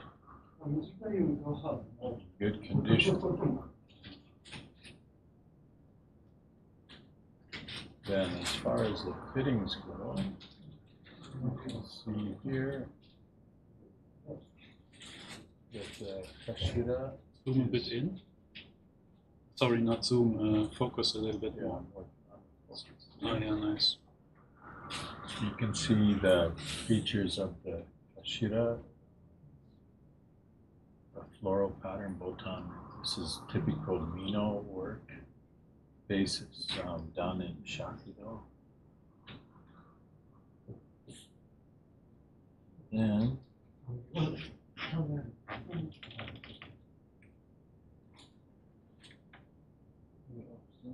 A bit focus more. yeah, Nice. Yeah. okay, now Menuki, because of the coverage of the thread, it's a little bit difficult to identify, but it's a floral pattern, maybe botan with leaves, and appears to be some stems or branches in the background done in gilt gold work. And we'll move towards the Fuji. Again, the Fuji matching the Kashira. Base is done in Shakudo with some gold gilt work on the floral flower heads. See the nice detailed leaves. So typical Mino presentation of Fuji Kashira.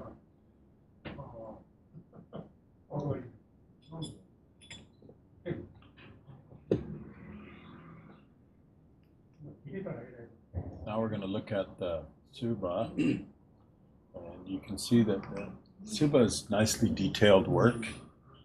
Base is iron, and there's a floral pattern carved into it. There's leaves, and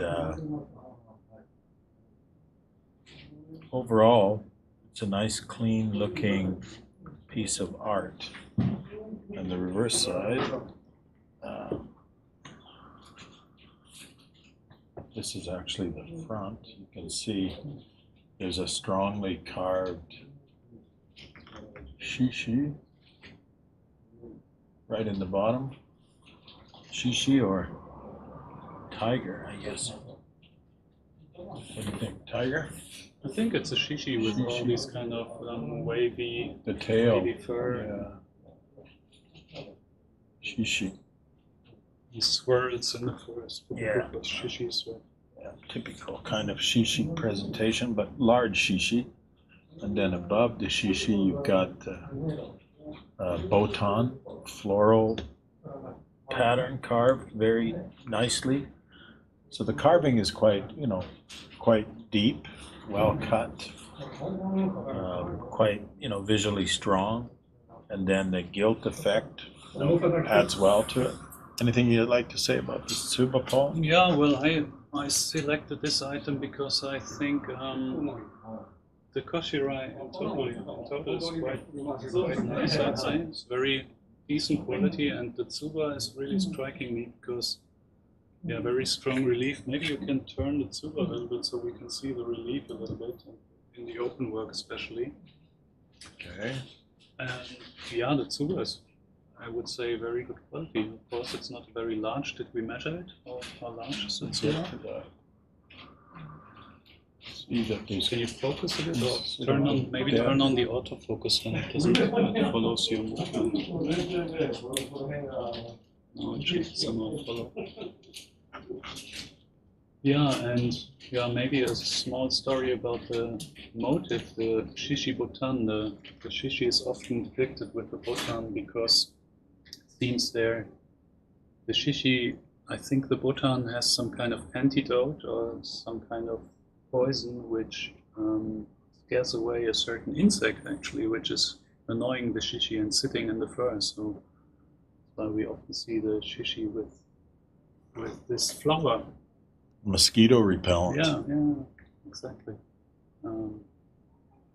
Okay. That's why also everywhere in Japan you see these shishi lying under the botan, right? You need to be careful actually passing this. Okay, this is the kozuka that's with it. It's demonstrating a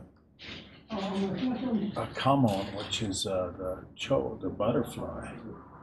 The kozuka material. It's done in shakudo. The kogatana actually has a signature, and this is the reverse side of the kozuka itself. You can see there's a little bit of indentation, some damage. Right there, there's a dent. Depending on the light, it looks considerable, but in reality, when you shift the position, it doesn't look as so bad. But there's also some scuffing on the backside. So obviously, this kozuka handle was, was used. And that's just simple presentation of the kogatana. Then, I think I got a question regarding the blade. What was the Nagasan of it? Did we say it? Ishaku. Okay, let's. Maybe if the Toroksho is attached. No, we don't have the Toroksho. Yeah, then So check out afterwards. Maybe we'll finish. right here. So okay, so there's an inquiry about the blade. So let's just get this in focus here. Okay, so this is the kanetsuna, and along the bottom you can see it says the length Ishaku Sanzun Yombu, which is 40.5 centimeters, and there's 0.8 centimeters of curvature or sori, and the price is also given here at 390,000 yen. Does that do it? Okay. And here's just a quick overview of the hozones. You can see that it's got it. That's this piece. Okay, then we move on, right? Yes. To a Tanto, is that correct? By Uda Kunimune. Yes. Let's get this out of the way.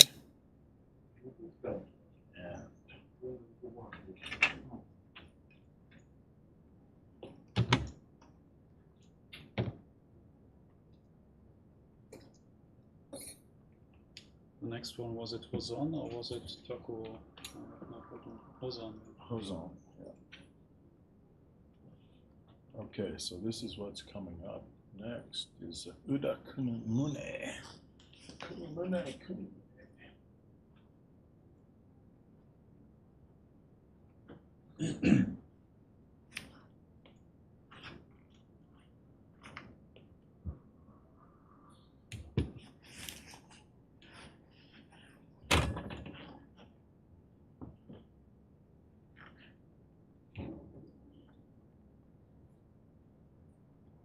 Robert, just a small interlude. Actually, it's 1:36 already. We have I think we have only 30 minutes left of free Wi-Fi here, Okay. and we are completely thrown out. Maybe Okay. is there? I mean, it would be nice to afterwards maybe show one special item you want to show, and then the kabuto quickly. Right. Okay. And then what we can do is we can just keep on and see when they throw us out. Or... Okay.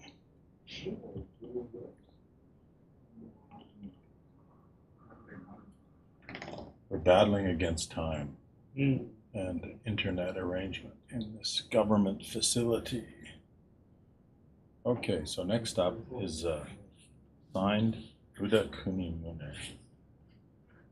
So, what do you want to say about Uda Kunimune?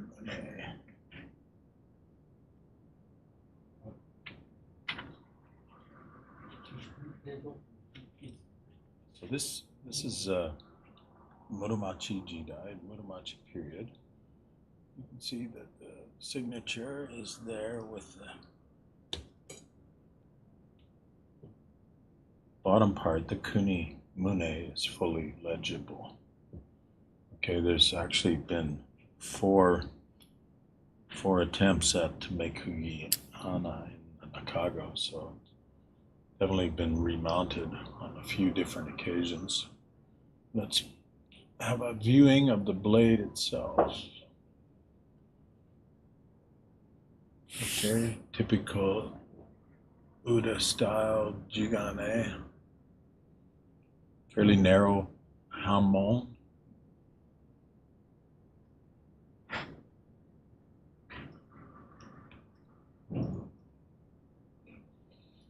And we'll go back.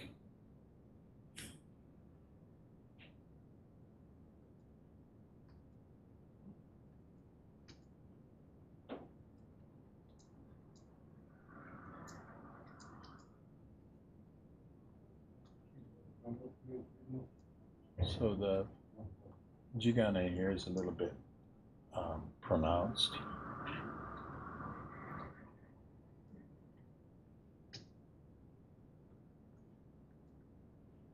No inscription on this side. Then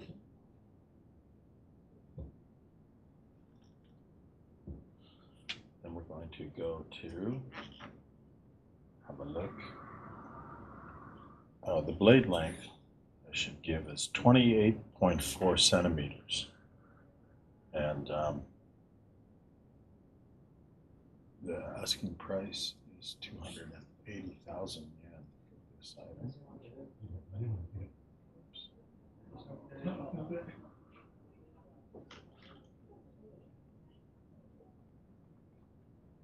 Those are the details. Then let's have a look at the koshirai.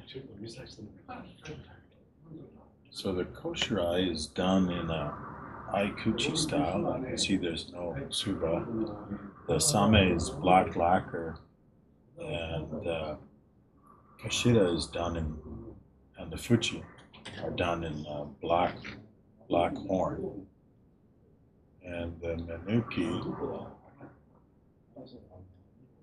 draw in on that. The menuki appear to be kind of, what do you think, Paul? Mischievous. What do you think about the menuki? Yeah, it's a menuki. It's The base is copper, and then there's patina on it, but the motif would be, do you think that's maybe a dragon, right? Sort of squatting around, or do you think it's more shishi-like? It's hard to tell, really. Got claws.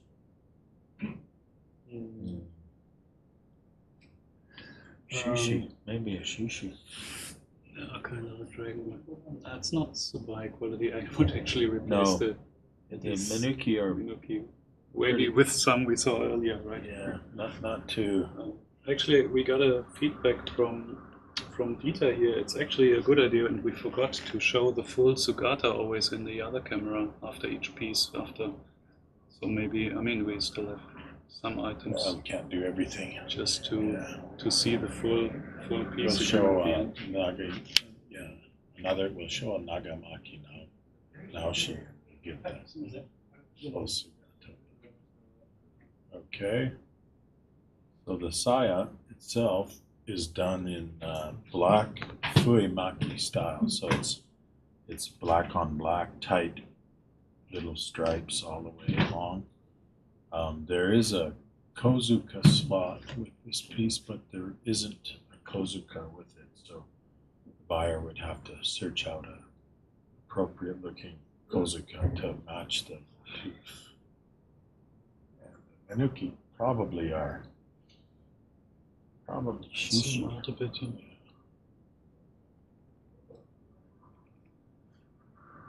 So the habaki is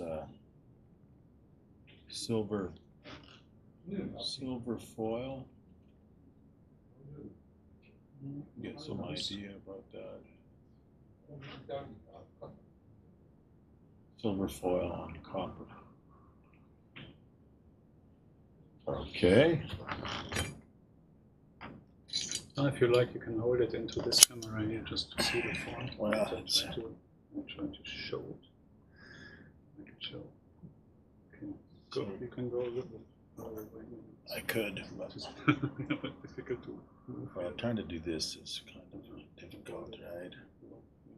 Get some idea, but you hold it back, it looks really small. You hold it up, and it looks too big. So, it's deceiving. You don't really get a representative idea. idea.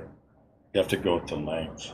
You know, so we gave the length. This is 28.4 centimeters. So Right. if I do this, it looks like it's 30 centimeters. If I do this, it looks like it's 15. So can't get the perfect perspective to give a viewer the length. But anyway, it is what it is. This one was Uda Kunimune, right? 21. Yes. Yeah, 280,000 for Uda Kunimune with Koshai and Do Hozon we paper. still have time to make another to do it soon? Because Pardon me? I think we still have 6 minutes before the next break, so we can still do A the few Tsuba. items. All right. Two Tsuba are coming up next. All right. Let's keep rolling. Okay.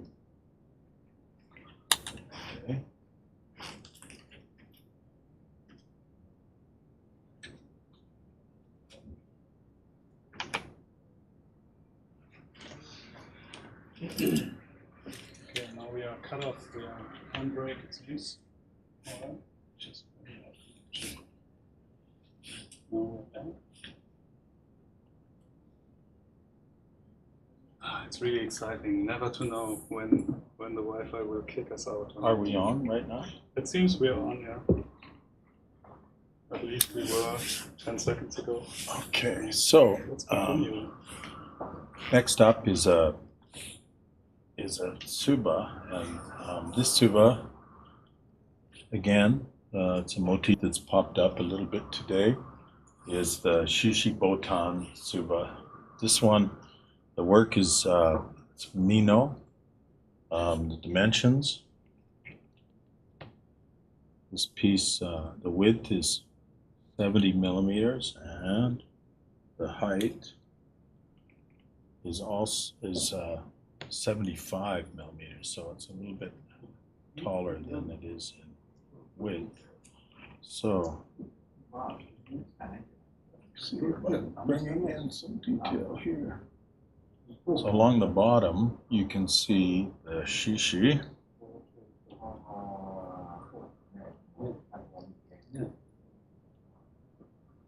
Right in the focal spot right there, and then you see the vines and all of the botan going up, and then also in the top, there's also a shishi. Okay, 2 or 3 minutes for this one, and then we have to Okay. establish. So the interesting thing about this is this Mina work. It's quite thin, but the rim is a nice polished perspective. Doesn't look like it's wouldn't be an added in Fukurin. It's actually made this way. And all around the external part, you can see there's detailed nanako work. I don't know how well it comes off, but in hand it looks it's quite attractive. Okay, so on the other side, very similar setup. So we got the shishi and the floral vine work and the patterns. So this item is coming in with the Hozon paper. The price was Jusama yen. Is that what you got down? Jusama. Yeah. Okay, it comes in a nice box. And a total of 3 shishi. 2 on the one side and 1 on the top of this side. Okay. Okay, we need to make the break now. We'll be back in 5 minutes at 1:52 p.m. Japanese Standard Time. Yeah, see you in a bit.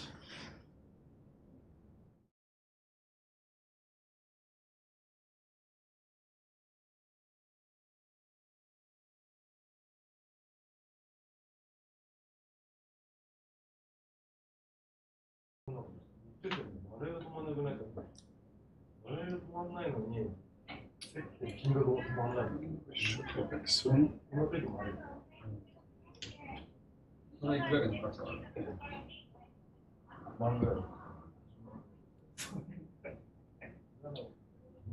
Okay. I think it works now. Yeah.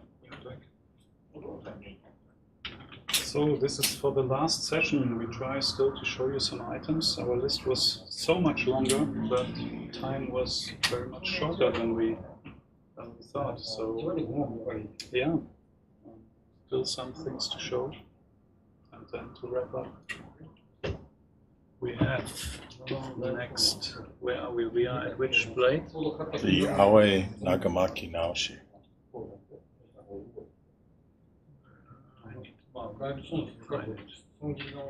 Was it down on the list? Kind of? No, it should have been the first of the swords. Naginata Naoshi, this one? Yes, yes. Okay. All right. Okay, so we're back online and we're talking right now about Nambokucho period blade.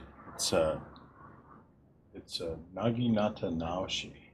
See, the Makago has been, of course, cut down. Osuyage. There's no signature. It's Mume. Were three Mikugiana, two of which have been filled with lead, it appears. And then the Habaki is a nice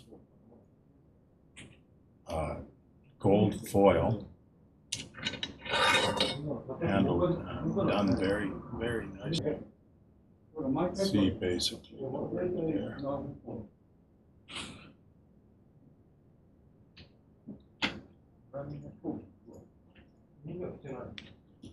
And let's examine the blade. It has a Tokubetsu Hozon paper to Aoi. So we changed to manual focus again because it has difficulties because of this highly reflective surface. Okay, so what we're trying to get here is a perspective, and try to focus. Oh, it's too much. Too much. okay, go back. Okay, now you can get a bit of the perspective here. This sword, what makes it attractive is there's Jifu Utsuri throughout the blade. So I think right in the middle, just above, between the shinogi and the hamon, you can get that perspective. A little bit of a rough spot there, but it's not a serious opening.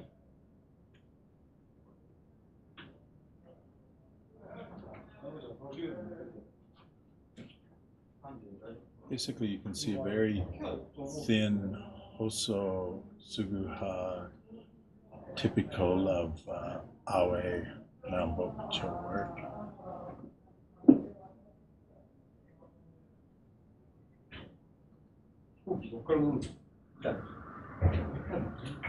And then we're getting down towards the Okisaki, which is monstrous, and gives this whole Naginata Naoshi a very formidable presentation. Darken it, or it's already dark. Okay, no, it's fine. Okay, so oh, there's a nice Inazuma along the whole. yes, running right there. Very exciting to look at that.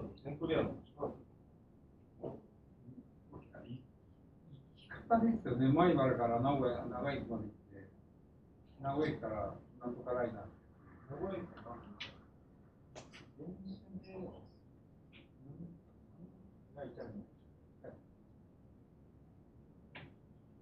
ここから新大阪までうまくいったら1時間ぐらいで、ここから30分ぐらい。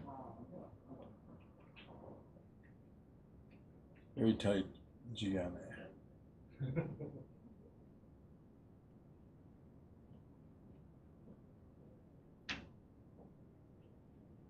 And what else can we say about this particular piece? You know, dating back to the 1300s, overall this is still, and It's 67 centimeters in length. So, the early awe is noted as ko awe, and the middle, from the mid-Kamakura period, chu awe, and awe blades from Nambokucho are recognized as awe. So this would be dated to the Nambokucho period. It has a full Tanabe Sensei Sayagaki, and he was quite complimentary. I will show the Sayagaki right. Try to show it here. Maybe in this camera.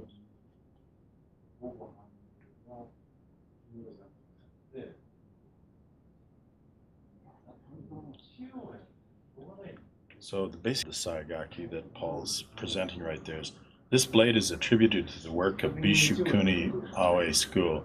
It's an unsigned osuriagi blade that has depth and a thin kasane, and the shinogi line runs right into the tapered okisaki, which is characteristic of Embun, which was 1356 to 1361, and Joji, which was 1362 to 1368. There's Jifu Utsuri with mixed Koitame and Mokuhada, while the blade is Nioi Deki with visible Nie. The Hamon is a serene Suguha with fine kintsugi that continue right into the Boshi, which doesn't turn back. This is a feature of Nambokucho blades and is found in this excellent work. So the Sayagaki actually, and I interpret it as fairly complimentary. And if you're excited about Utsuri, I think there's enough to keep any serious collector of blades with Utsuri happy.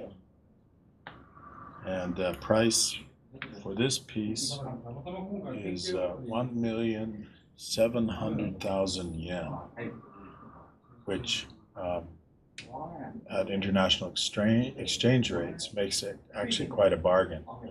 And there is, in my opinion, the possibility of Juyo designation at some point.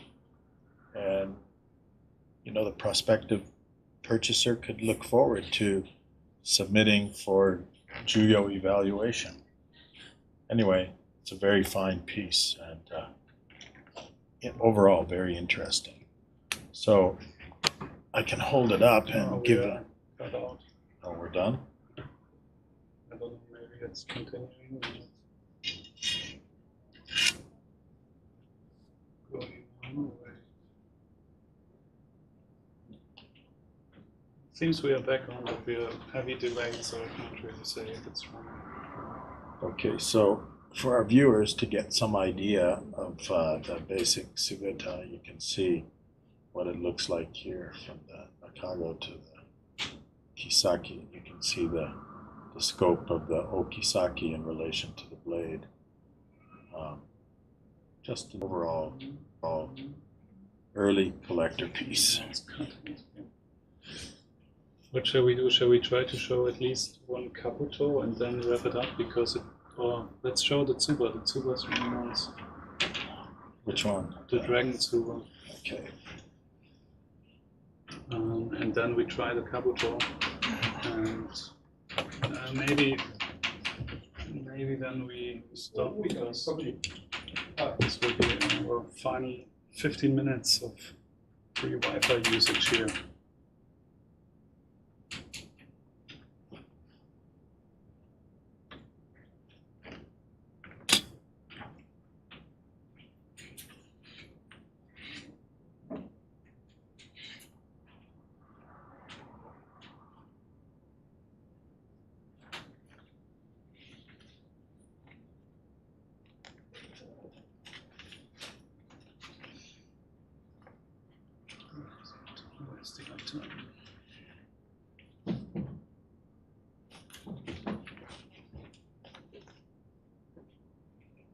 Let's just call it number 25 because I'm a little bit mixed up with the numbers. Yeah, very beautiful iron tsuba with the motif of dragon and tiger, where the dragon comes through the clouds and is made in shakudo, while the tiger is, I believe, a shibuichi. Shibuichi. And yeah, really nice. Maybe you can show us the rim making and details of it. So this tsuba is signed Tounsai Masachika, and it has a Tokubetsu Hozon ranking right now. And you can see the detail. Here's the tiger in the bottom right corner, and the dragon as it comes through the clouds at the top. Of course, the signature is right there. Then one of the most interesting features is the pounded rim. You can see how detailed that pounding is and how much it complements the overall work, actually. On the reverse side, we've got a pretty simple presentation.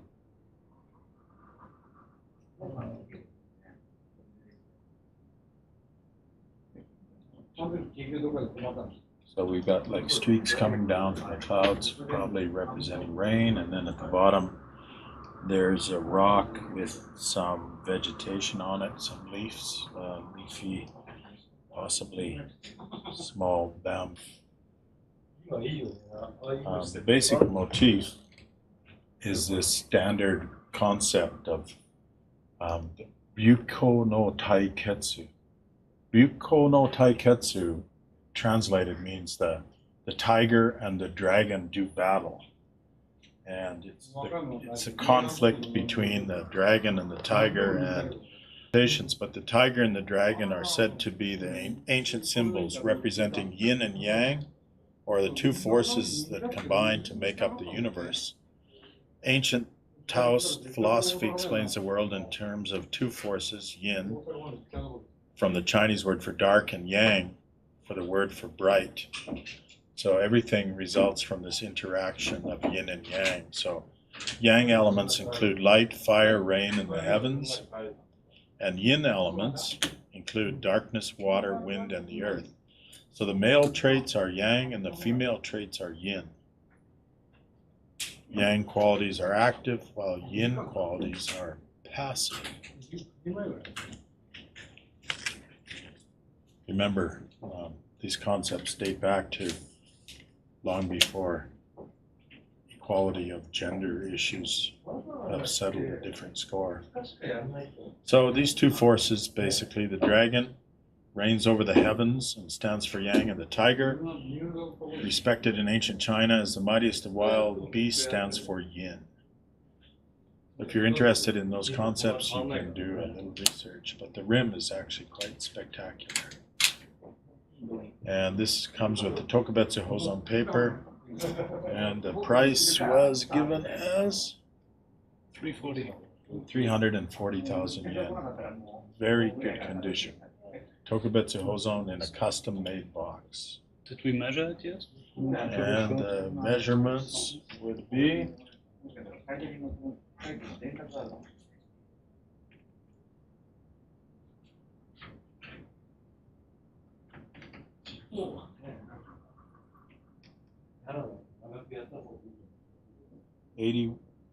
82 millimeters across, and height is 86.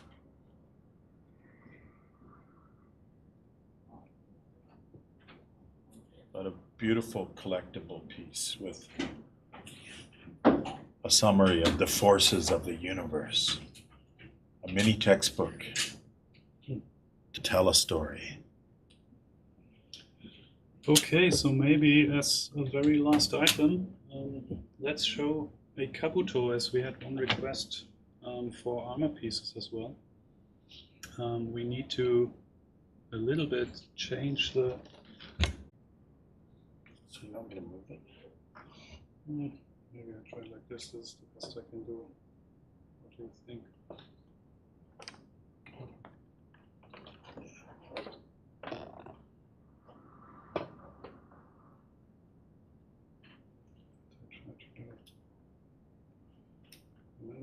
focus here.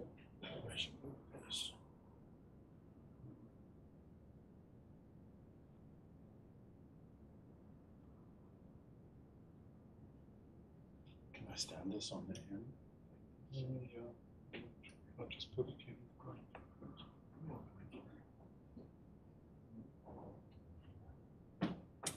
Let's see if we come back or not. Oh yeah, it seems it works. So just as a last item, and a little bit funny try holding the camera here upside down and pointing it at this kabuto.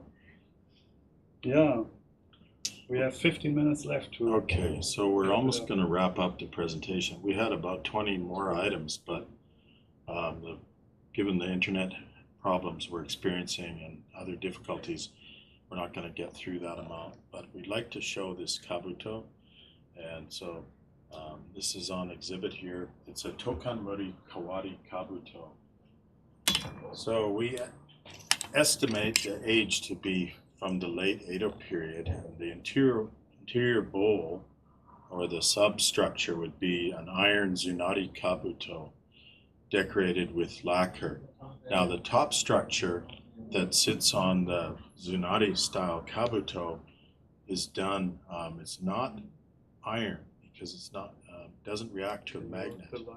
So you can see that the Ushiro date are these two large pieces that extend out horizontally. And then the front, the maidate, is basically a brass piece representative of the sun. And this style, the Tokanmuri, was based on a Chinese court official hat. You can see that this has, on the Fukikaishi, the family crests are of the Murakami family, or the Murakami-gun. And that family is associated with basically pirates in the Seto Inland Sea. So it's quite well known, and there are many tales and legends told about these pirates. So you can see the side perspective is, maybe we can get you a little bit of that where you Just can twist it around. And you can see the shikaro, the 5 lanes of the shikaro.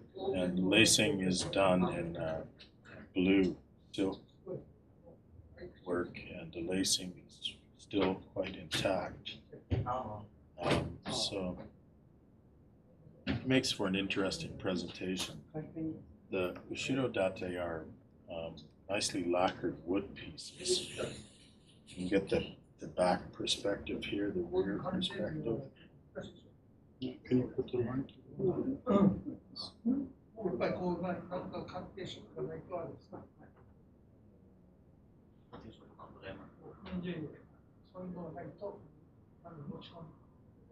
And this is being offered for 750,000 yen. Oh, I should have updated here, but It's okay. maybe I can do it with one hand. My camera in one hand. Item number 96. Title Kabuto.